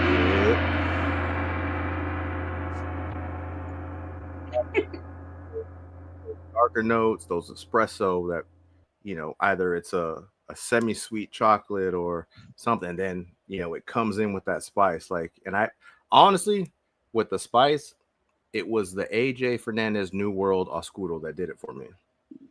When I first did that one and I got that kick, I mean, it made my eyes water, but it was like a glutton for punishment. I wanted more of it. I dug it. Mm-hmm. And like right now, if you were to look in my humidor, like I'm with the, anything that's pretty much coming out of the Oveja Negra, which is the black label trading, black works. I got the, a ton of broadleaf that I need to go through. I've got some lighter stuff. Like I've got the Diamond Crown Natural. I was able to, my buddy gifted me the Diamond Crown Natural Tampa. I'm gonna let that one sit just from, what everybody's saying. But as far as like Connecticut, I've kind of just had your run of the mills, the champagnes. I tried the Rioja. I'm going to revisit because that's fire, yo. when I had that one, it was hot in Texas. There was humidity. You know that shit kind of changes flavor Yeah, profiles and it everything. does on that cigar. So Like I don't like to smoke that cigar around here when it's too hot, because I noticed that I didn't get the same thing. So I was like, oh, okay, I get it. These are yeah, like, this is that spring, fall, even winter kind of Connecticut. Because you got to remember, it's coming from Tobaccos de Costa Rica. You know, I yeah. guess you can't say that. Sorry, Zaya. I know I'll probably get a text message later, probably about that shit. Somebody tells me that, but That's it. Leave your ringer that's on. what it is. If you could taste cigars, you know what factory this shit's coming from. Like, let's be real. Like Yeah.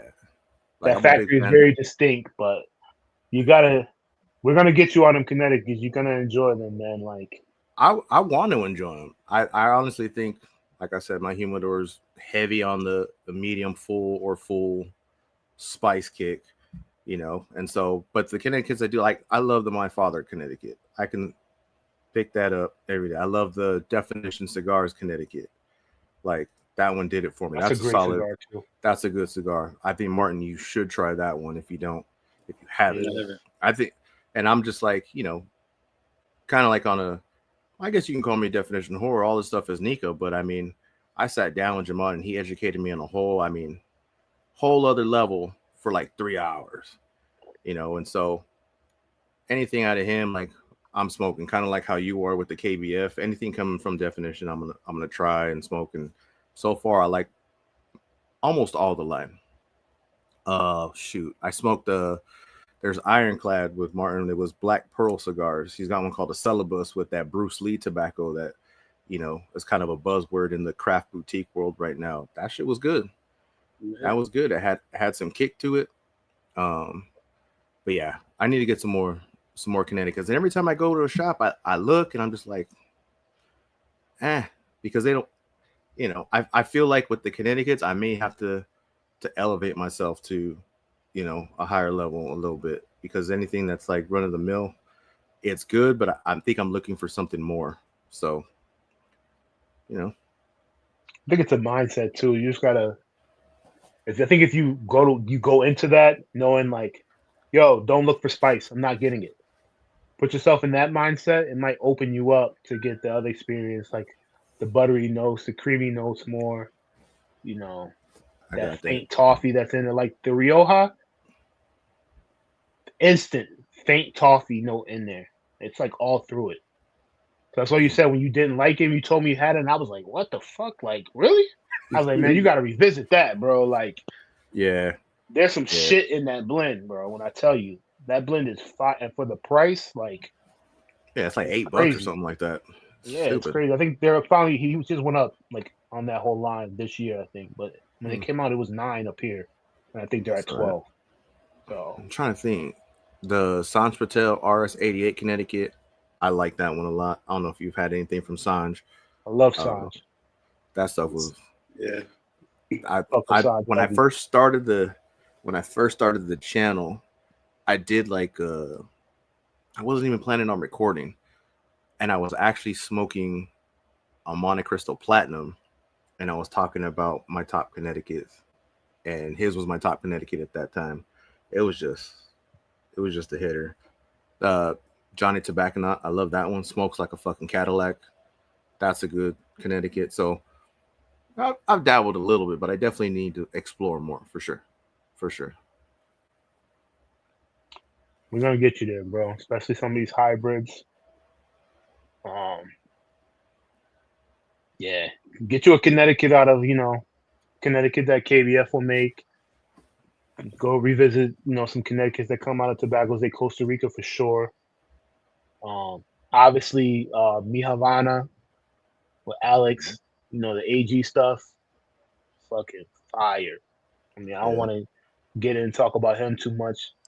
Especially everybody who can taste cigars know what's in that shit. Like, if you smoking cigars, you smoking AG, you know why the AG's got a crazy buzz right now.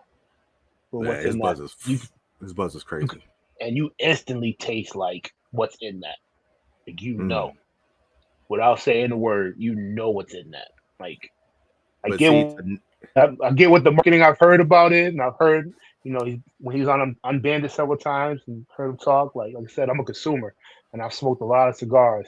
And when I taste that, and it's the real deal, because it's distinct and it sticks through. I don't care if it's in a filler or it's coming directly from them. If it's legit, you taste it. So. And Martin, what's up with your fucking Ruby? Where's that at, bro? Sitting over there being quiet got me going crazy like I'm fucking the host. You the host, bro. That's your shit. Man. Where's the Ruby? I'm gonna let y'all run with it, man. Where's the Ruby? Everybody has their strong points. I just crack jokes. One. Shit, I do that too. You forgot who I hang with? That's all they do. So one, where the fuck your cigar at? Did you finish it already? No, it's still here, man. This shit's getting hot in my hand. I'm being a bitch. Yeah. Be a. But here, so back to the Ruby. So right now we're waiting on the bands from China, and also the boxes. And you got to think about it, man. I'm just one person doing all this, right? So it's not like I have a team of people, but it's just me, man. It's sometimes I got a real job, and some stuff fall by the wayside. Not to cut you off, but you do got two friends that are willing to help you out. Hey, might not be able to do everything, but might help you do some of the promotional grunt work, and it might only cost you, a couple of them things. That's it. Yeah, I'm not like that. Hey, I'll share with you guys. Yeah. See how I did that, Sal? You gotta put them on pressure sometimes. Look. I was gonna put the pressure on, but look, we an hour and 45 into it. Here it comes, dog. Here it comes. Right. Stop fucking around. So what do we got to do? Back to the Ruby. We're waiting on bands. We're waiting on boxes. So the boxes are being made right now. The bands are being made right. Allegedly, the bands are being made right now. I'm just going off of what I'm being told. Being that I live in Wisconsin and not DR or China, some things that you just can't do. But it will be here hopefully by mid-October. I think that's going to be the cigar to love. The Royal Blue is actually fabulous. I think it has that Mont Plata binder in there, which comes from the Yamasai region. And Davidoff has a line that's strictly all about the Yamasai. And the silver Toro, and I was speaking to Sal about this the other day. So I was thinking, I think I was talking to you about it as well, Zino. I was thinking about adding a broadleaf or something to that, make it a 6x52 just to give it a little more kick. But Sal, he thinks it's fine the way it is, and everybody that smoked it, they love it. I had a guy today that wanted to buy a box from me, but buying a box for me doesn't really help me out. I prefer that folks buy boxes buy boxes, but I prefer that folks buy directly from the brick and mortar or online, because Luxury Cigars has it, HCL deals, some Mississippi, Virginia, Wisconsin, Illinois. I mean, so that's where you can find Broncano cigars. And I think, I mean, you probably can attest to this, Sal and Ian, that I think sometimes in the cigar industry, even with boutique, people play favoritism as far as like brands they like. Cause some brands will be popular for a while, then they'll fall off, and you may hear some buzz about it. Cause at one point, I know two brands off the top of my head when I first started, and even a brand this year that everybody was talking about. Now you don't hear much about it. You still see some promotions, and maybe my algorithm changed, but to a certain degree, I think there is some favoritism. Because because you guys smoke my shit. The KBF. I smoke one. Let's get this shit straight, dog. We need to set you up. I smoke two, bro. My bad. Yeah, we need to set you up. Hey, talk to my assistant, and we'll drop some in the mail for you. Yeah. But now we'll get you. So my thought is, once the Ruby come, we'll get you guys right. I mean, so let's do this for our next. Hold on. Before you jump ahead to the next episode, you can't leave me, or at least can't leave me, or at least the viewers, when you say favoritism, like, is it the buyers showing favoritism to other boutiques, or did this particular brand or two, just stop being consistent? They couldn't keep up with demand. Like, there's got to be something as to why. So I think with not necessarily because consumers need to know you exist, right? So from that standpoint, people do need to know you exist, right? Then the second point is like with shop owners, because I go to a lot of shops, and they'll because the first question I ask when I visit a shop, do you have room in your humidor? They say yes, they get a sample. If they say no, they don't get anything. But I'll call a shop back. There's no room in our humidor. Like, dude, you just told me like you have room in the humidor, and you just smoked 4 of my cigars, man. It's not a freebie. I'm a small business, so from that standpoint, and some shops say $15 and $16 is not what they're making a decision for the consumer. Like, for my shop, we can't handle that. That's not a price point. But you have a $12 legacy brand or a $13 legacy that tastes like shit. I mean, basically, in my cigar, I got KBF, Heinrich Kellner. The families started Tabadon. Davidoff bought Tabadon. They left Tabadon, which is Davidoff, with all these process and procedures in place to create a stellar blend. Even if the cigar doesn't have any flavor at all, the construction, the combustion is actually spot on. Like you said earlier, the perfect burn line. You're gonna get that. I haven't had a single cigar from KBF personally. I haven't the proper humidification where the draw wasn't good. I haven't. Well, this one is from Ventura, and I haven't played around with the cigar. Guess where he came from?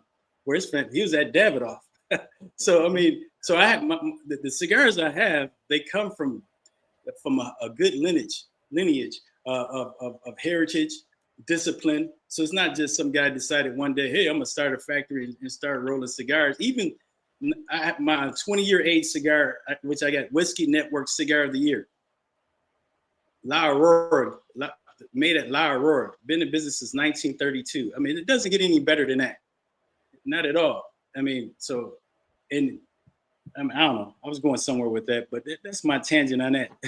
So the Ruby will be out mid-October, somewhere in there. So it'll be here for you guys to have. And so you want to? So, honest opinion. Personally, and like I said, I'm consumer first, so I got to keep it a buck because I know if I don't, my inbox is gonna be blowing up. Like, you did some fake shit tonight. So I won't. No, me. Say me personally. If I don't give these ideas to you, and like I said, I've been in shops for like the last 20 years. I've seen it a lot of shit. When somebody's new coming in, like for instance, you're from somebody who's starting out, you're doing it, the correct way of doing things. Like, there's a lot of, new lines of boutique guys try to act like they're all vertically integrated, and we all know you're not. Right. Because some of these same factories that you're dealing with are making the big guy cigars that are going around saying they're vertically integrated, and just because they're big and got conglomerates, that people assume like, yeah, they're telling the truth. We know that that's not the case, that there's only a certain amount of factories and they're actually outsourced to make these other cigars. That's why some of those legacies, sometimes when they come out with these limiteds, so to speak, and they taste like nothing that's in their portfolio and they're amazing, there's a reason for it. It's because it didn't come out of the main factory they're using. They probably went to a KBF or they went to a Tobacco Lara Diaz to get it done. So have you had that D&D by Tabacalera La Isla? That shit is fire. I think that's is that Alec Bradley cigar? Alec Bradley. Yeah. I mean, you could tell that it came from a factory that's more or less that produced a lot of boutique Hostess Fernandez. Hostess. Yeah. I like Hostess shit. Like, to me, one of the sleeper brands that I love their whole portfolio is fire. It's Casa 1910. Oh yeah. Oh yeah. All day. Their shit is fire, and they actually are one of the companies that actually went down in pricing. Didn't go up when everybody else was saying, tariff this and tariff that. They kept it a buck and said, nah, we're going down $3 a cigar on our shit. And their consistency is still there. And if you're getting a cigar out of DR, it's 10%. So what that adds, 20 cents to a cigar? So there's no reason to go up on pricing. I mean, instead of doing a box, do a wrap paper or some shit. You don't have to increase the price. But some consumers don't understand that. Like, for instance, prime example, Club 54, they came out with their hybrid. I knew what the inspiration from that cigar was. So I smoked it. I fucking think the blend is fire. I get everything that's presented to me is in there. So obviously, my brother being who it is, a lot of his friends smoke cigars. They see that I don't smoke normal shit, and I'm always smoking. And my brother's always telling me to put together a package for him. So obviously, they know my brother's been in the industry. So they're like, if Joe's smoking it, I need his stuff, whatever he's smoking. So I got him the Club 54 hybrids first and was like, yo, listen, all right, all you guys have bought boxes of these. Why do you still want another box when he has bundles? You've already got the box. You've already got the presentation. Just buy the bundle and refill the box. There's nothing different. They all say, nah, but I like opening the box. I'm like, I understand the first time when you try something new, you want the box, especially if it's a great box, the presentation. Okay, cool. But why keep trying to buy the box? Just buy the buns and refill your box and then throw it in your humidor. Like, why do you keep one? I don't understand it. And I'm like, then these guys don't get it and they're mad when, say, a brand goes up, $1 per stick all of a sudden. It's like, well, dude, there's only so much wood in the world. Like, if we keep making boxes, it's gonna drive up the price of making boxes. And brand owners aren't gonna they're not gonna eat that cost. So who you think is getting passed to? Like, it's common sense, guys. Like, come on. Well, the problem with that is people are visual, right? You see it looks all cool in the box in the humidor when you go inside the humidor, especially if it has like some type of color pop. Who makes the boxes is fire is Cigar Clowns. I don't know if you saw their boxes. Man, their boxes are like the design, everything is on point. But that's why because originally, I don't know if you guys saw my boxes in the beginning. So this is what my box looked like. And I was trying to do something. So now my boxes are going to be more colorful. I mean, you guys saw the new band design. Just for that reason, because people are visual. I mean, for me, I usually take the band off.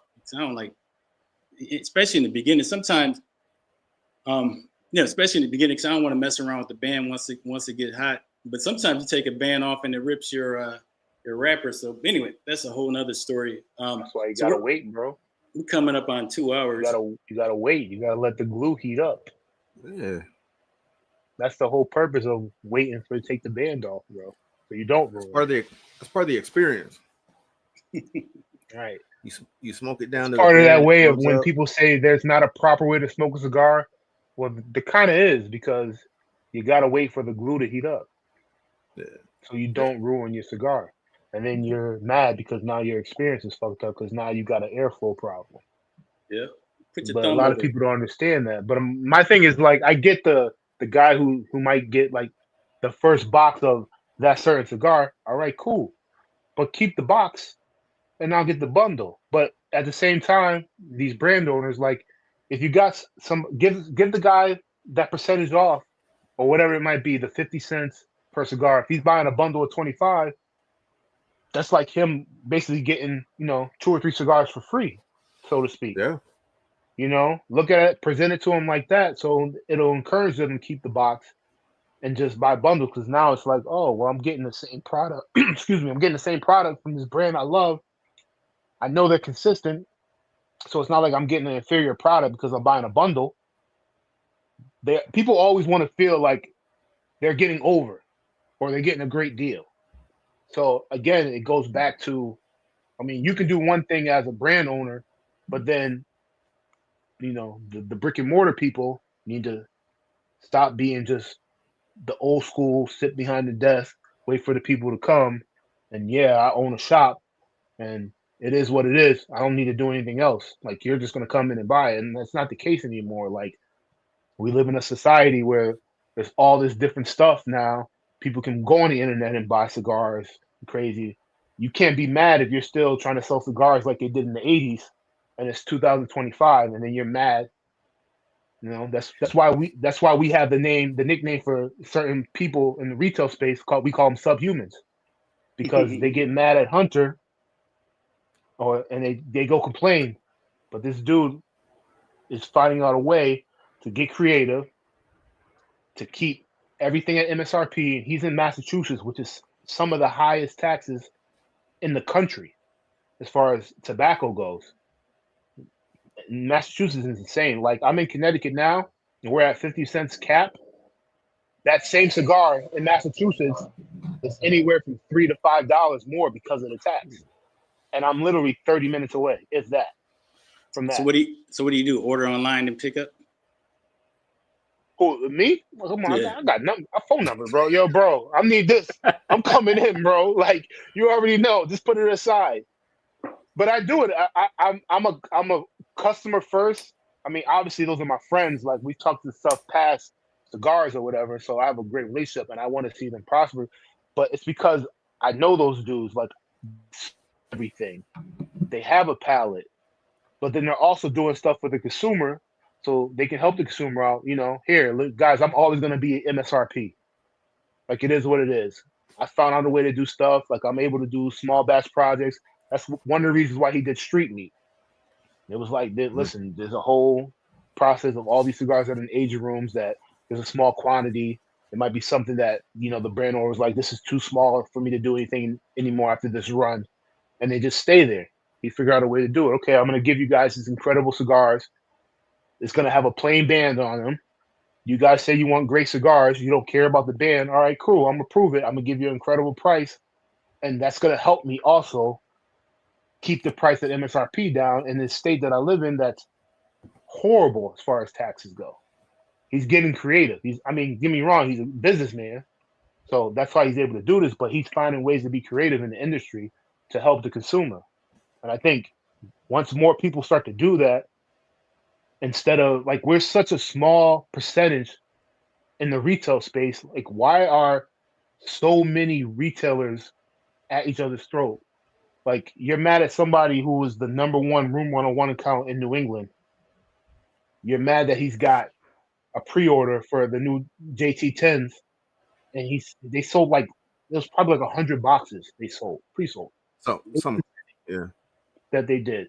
But then I find out that, you know, STG's getting phone calls about them, wondering why they got so many. He's the fucking number one Room 101 account, dude, in New England. What do you think they're going to do? And he's finding creative ways to sell the product and also making sure the consumer gets that product without getting so much of an upcharge. Yeah. He found a way to be creative. Like, why are you mad that he's doing it? And he doesn't care. Like, if somebody else has a great deal, there's several, you know, retailers that do a great job. There's the place in Detroit. Was it Secreto? I think it is. Yeah, Secreto. Yeah. Yeah. They have MSRP pricing. He does incredible bundle deals for his packaging. You know, some of the same guys that order from him order from him. He found a great way to do things. Keeps it MSRP. Does incredible deals for his customer base. That's why they're loyal to him. So why get mad at him? Because he found a way to keep his customers happy and keep them loyal. Why are you mad? And you're not going above and beyond. You're just sitting behind a desk being a subhuman and reading your newspaper, waiting for people to come in and buy boxes, and then be mad when you don't get allocation. Like, what? Come on. And from, you know, me and you and a consumer's perspective, like, I know you're in with them, but from a consumer, keeping it at MSRP, like, that's huge nowadays. because he could probably easily upcharge, but I mean that's just being a good human. Like you went back with the when he created the street meats. Great cigar, simple band. The only hard part I feel for them there is how do I market it and make it appealing for them to even try. Like honestly, this Because I this emerald. tell you why. It's you still gotta explain. Like he'll never tell you where it came from factory wise. What the cigar actually was back in the day or is currently, or if it's a new blend. His whole thing is, hey, listen, guys. A lot of you always say you want great cigars. I'm going down there. I'm smoking a lot of blends, just like a regular brand owner like Martin does. He's going to try, 10 to 12 blends per factory per day that he's down there in the DR or Nicaragua, wherever the case may be. He's just like, you guys want great cigars? Cool. I don't want to do a subscription like everybody else does because I think it's boring. But you guys wanted it from me. Let me do it in a way kind of reward you guys for being a Sir Louis customer. Here's street meat. It's $39 a pack. He doesn't make any money off it because the guy is giving away $2,000 worth of fucking prizes every month with it. He doesn't make money off of it. It's basically like a give back to whoever wants to be a Sir Louis customer or who just wants fucking good cigar at a cheap price and they don't care about the band. You know what I mean? So that's like, or prime example, like how I first got like my brother onto it. I'm like, yo, bro, these are great cigars. Trust me. He's like, what the fuck is street meat? I'm like, this is whole thing. He didn't want to do a subscription service. Like, give him the whole deal. He knows I'm not bullshitting him about it because it's my fucking blood brother.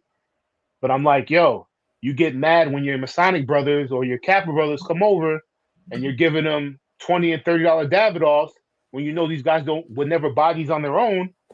Okay, well, buy street meat. You still know they're great cigars, if not decent cigars, if we're talking, depending on what blend they're getting. But they're going to enjoy it because it's a good cigar. It's a decent cigar. So here's a cigar that might cost you $7. They're still going to enjoy it because they don't know the difference. They're just over there smoking cigars because a couple of us are smoking cigars. And they are occasional cigar smokers. So you're saving yourself because you're not wasting $25 or $30 on Davidoff and Opus giving these guys that don't appreciate it. You have a cigar that you can give them that you know they're going to enjoy.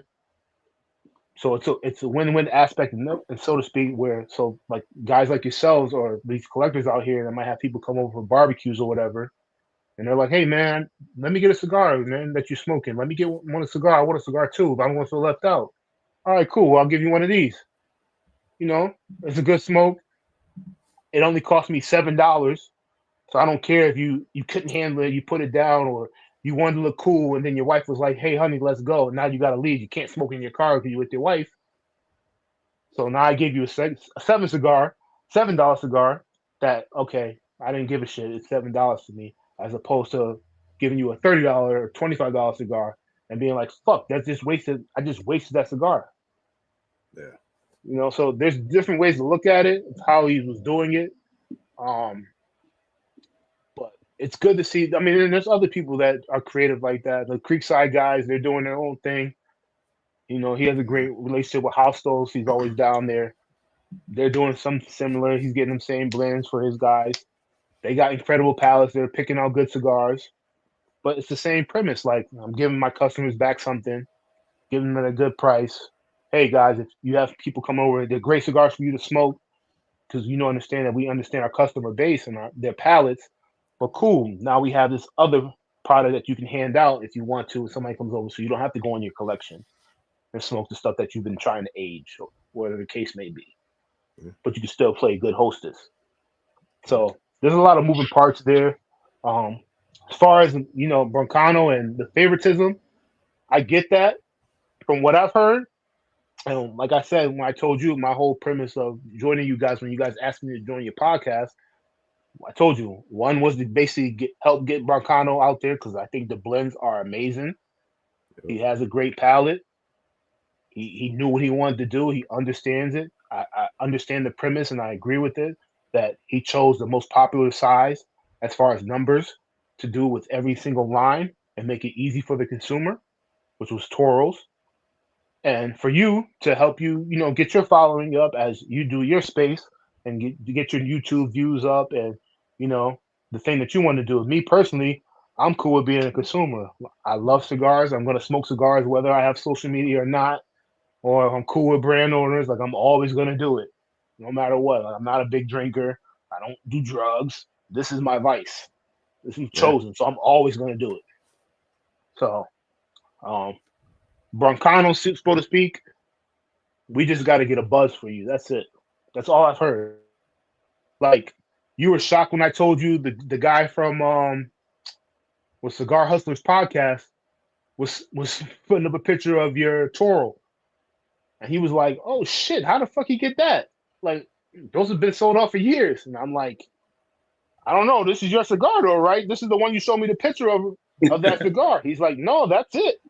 But how the fuck he get it?" And I'm like, "Well, he's a cigar smoker, dude. If it's something that was incredible and it was #1 cigar in a magazine, like, he probably did whatever he needed to do to get it."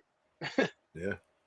That's how it works. So I think, once we get this buzz going from Broncano, people are gonna start trying and realizing, like, oh shit, this shit fire. Like, we need to smoke this. Yeah, And once they do that, and then these brick and mortar guys realize that same person that might have been coming in to get, LCA or AJ or some other boutique or some other legacy brand that this guy was buying 3 or 4 of them, a handful of the clip per week. Now all of a sudden he doesn't see that guy, and then when he finally runs into him, he's like, "Hey, where you at?" And the guy's gonna be like, "Hey, listen, I started trying this new company called Broncano. The cigar tastes amazing.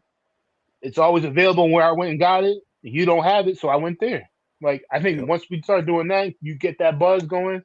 I think a lot more shops are gonna be fucking beating down your door, especially with how they're anticipating this cigar to be over with. It's coming, and I don't think a lot of these brands are gonna be around a year from now. Yeah, and to your point, well, I don't know if it's to your point, but yeah, I don't want to be in every lounge or every cigar shop because you go in some of these humidors and you see how they treat the cigar. There, you look at the humidor and it is the way they have cigars in there. They may have like 10 boxes of this, or they don't have a huge humidor. Or you go to a shop and you see that that the cigars are not humidified right, and you can just tell. Even like what I think somebody stated something earlier about when you go to a lounge or a shop and they recommend some off brand or something that wasn't quite right, or they don't tell the entire story behind the cigar. Like, it's definitely with Tabadon. I mean, Heinrich Hendrik has a great story. I mean, the backstory. And for Broncano, I haven't told the entire story yet, and we'll say that for another day. But I mean, with Hendrik, because I went to the DR 6 months prior or 4 months prior, and that was an okay experience, but I didn't get exactly what I wanted from the factories I was talking to. And I got to talk to this guy down there that does graphic design, and he put me in touch with Heinrich. And I don't know if you guys noticed that Hendrik, he did his student exchange in Wisconsin. And, I told him I was from Wisconsin, and actually from there, we actually clicked. And that's why he agreed to do my cigar, because Hendrik, he only does like 250,000 cigars. That's all he makes each year, just to keep the quality control under wraps. Just to have the stellar quality control. And he was like, "Hey man, I'll put you in rotation." And I do believe it's just because the Wisconsin connection. But I know we're coming up on 2 hours and 13 minutes. We guys want to close this out at 2:15, 2:30, 2:20. Yeah, we could do like 2 more minutes, close it out 2:15. I think for the first episode we covered a lot of ground, and I think to go with Zino's point, getting you out there, because I'm gonna double down. Like, I smoke both the blue and the silver, and I mean, I think when I smoked it, I sent you pictures. I was in my garage. I was working. And I was like, dude, I gotta shoot a quick flick of this because it was good. And I'm excited for the Ruby, but we definitely gotta got to get you more out there. Like you said, once you're out there, it's going to be a snowball effect. We just got to get it rolling, get you out there, and I think this is a good stepping stone to getting you there. You're bringing some awareness. So I'm happy to be a part of this panel. I'm happy you introduced me to Ian and aka Mr. Zino. Like, this is like a wealth of knowledge that I'm just going to keep downloading. I've got my list of things I need to source and try, but I don't know. I'll grow. Definitely get I'll there, grow. man. You're ahead of a lot of people that started. You know what I mean? And then once you get to that point, we'll get you on to like shit like this. Oh shit! This dude just pulls out stuff. Yo, man, are you home, bro? Like, are you at home? Yo, I'm at home right now, man. I'm actually on the front porch. We call it the white room, so that's where I'm at. Stuff just laying there. Yo, man, you got to. You know what I'm saying? It's not. There's a cool story behind this. We'll get into it one day, but nobody was doing double Lanceros. They was only doing 10-inch Lanceros, the 14-inch Lancero. It's crazy. You got to get one of these. The next sale, I think. So this one, he just gave it away. It's fucking crazy. But you ordered like $100 worth of something, right? You threw it in. Yeah, it was like $150. If you during that 2 weeks, and he would throw that to you. It's $100 cigar. Oh, but wow. This is the original one. I'm only showing it because I want you guys to know. So when the next sale comes up, I know you don't want to spend $100. We've already had a discussion, but you guys need. Listen. I'm not a Lancero guy, but you being a boutique company owner, and you being a reviewer, you gotta try that cigar once. So when next sale comes up, I know there's a couple of those originals there because he made more of those. The other one, the red, white, and blue one, it doesn't exist no more, fortunately. But it is fire. And Martin, it's gonna take you 3 hours. I'm telling you ahead of time now. A true 3 hours. I've smoked 10 of them almost. I think that's my 10th one right there. It's my last one. Every time it's been 3 hours. But it's a crazy 3-hour experience. So just write that down for when I tell you the sale is coming. This is how much it's going to cost you. I don't want to hear shit. You got a good deal on it. Just buy one, bro. I don't care if you save it till next summer, but smoke it because it's crazy. All right. So, but I'm glad to be a part of the panel. It's fun. It actually went smoother than we thought it was going to be, seeing how it's something that we considered last minute, how we put it together. Shout out to everybody that, jumped in the chat. Appreciate Peter for coming in, checking us out, and everybody else that did. We'll definitely get into more. This is not just an infomercial for Sir Louis. It just happened. That's what we chose. All three of us had that cigar. I've had it already. Like I said, you guys didn't. It was just sitting. I knew it would be unique for you guys, something different.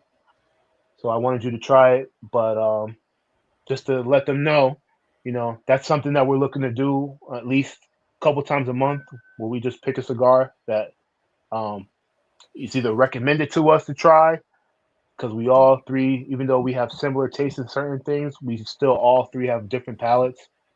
So people will get a good idea and kind of match up where they think they might be as far as listening to us explain things out to them.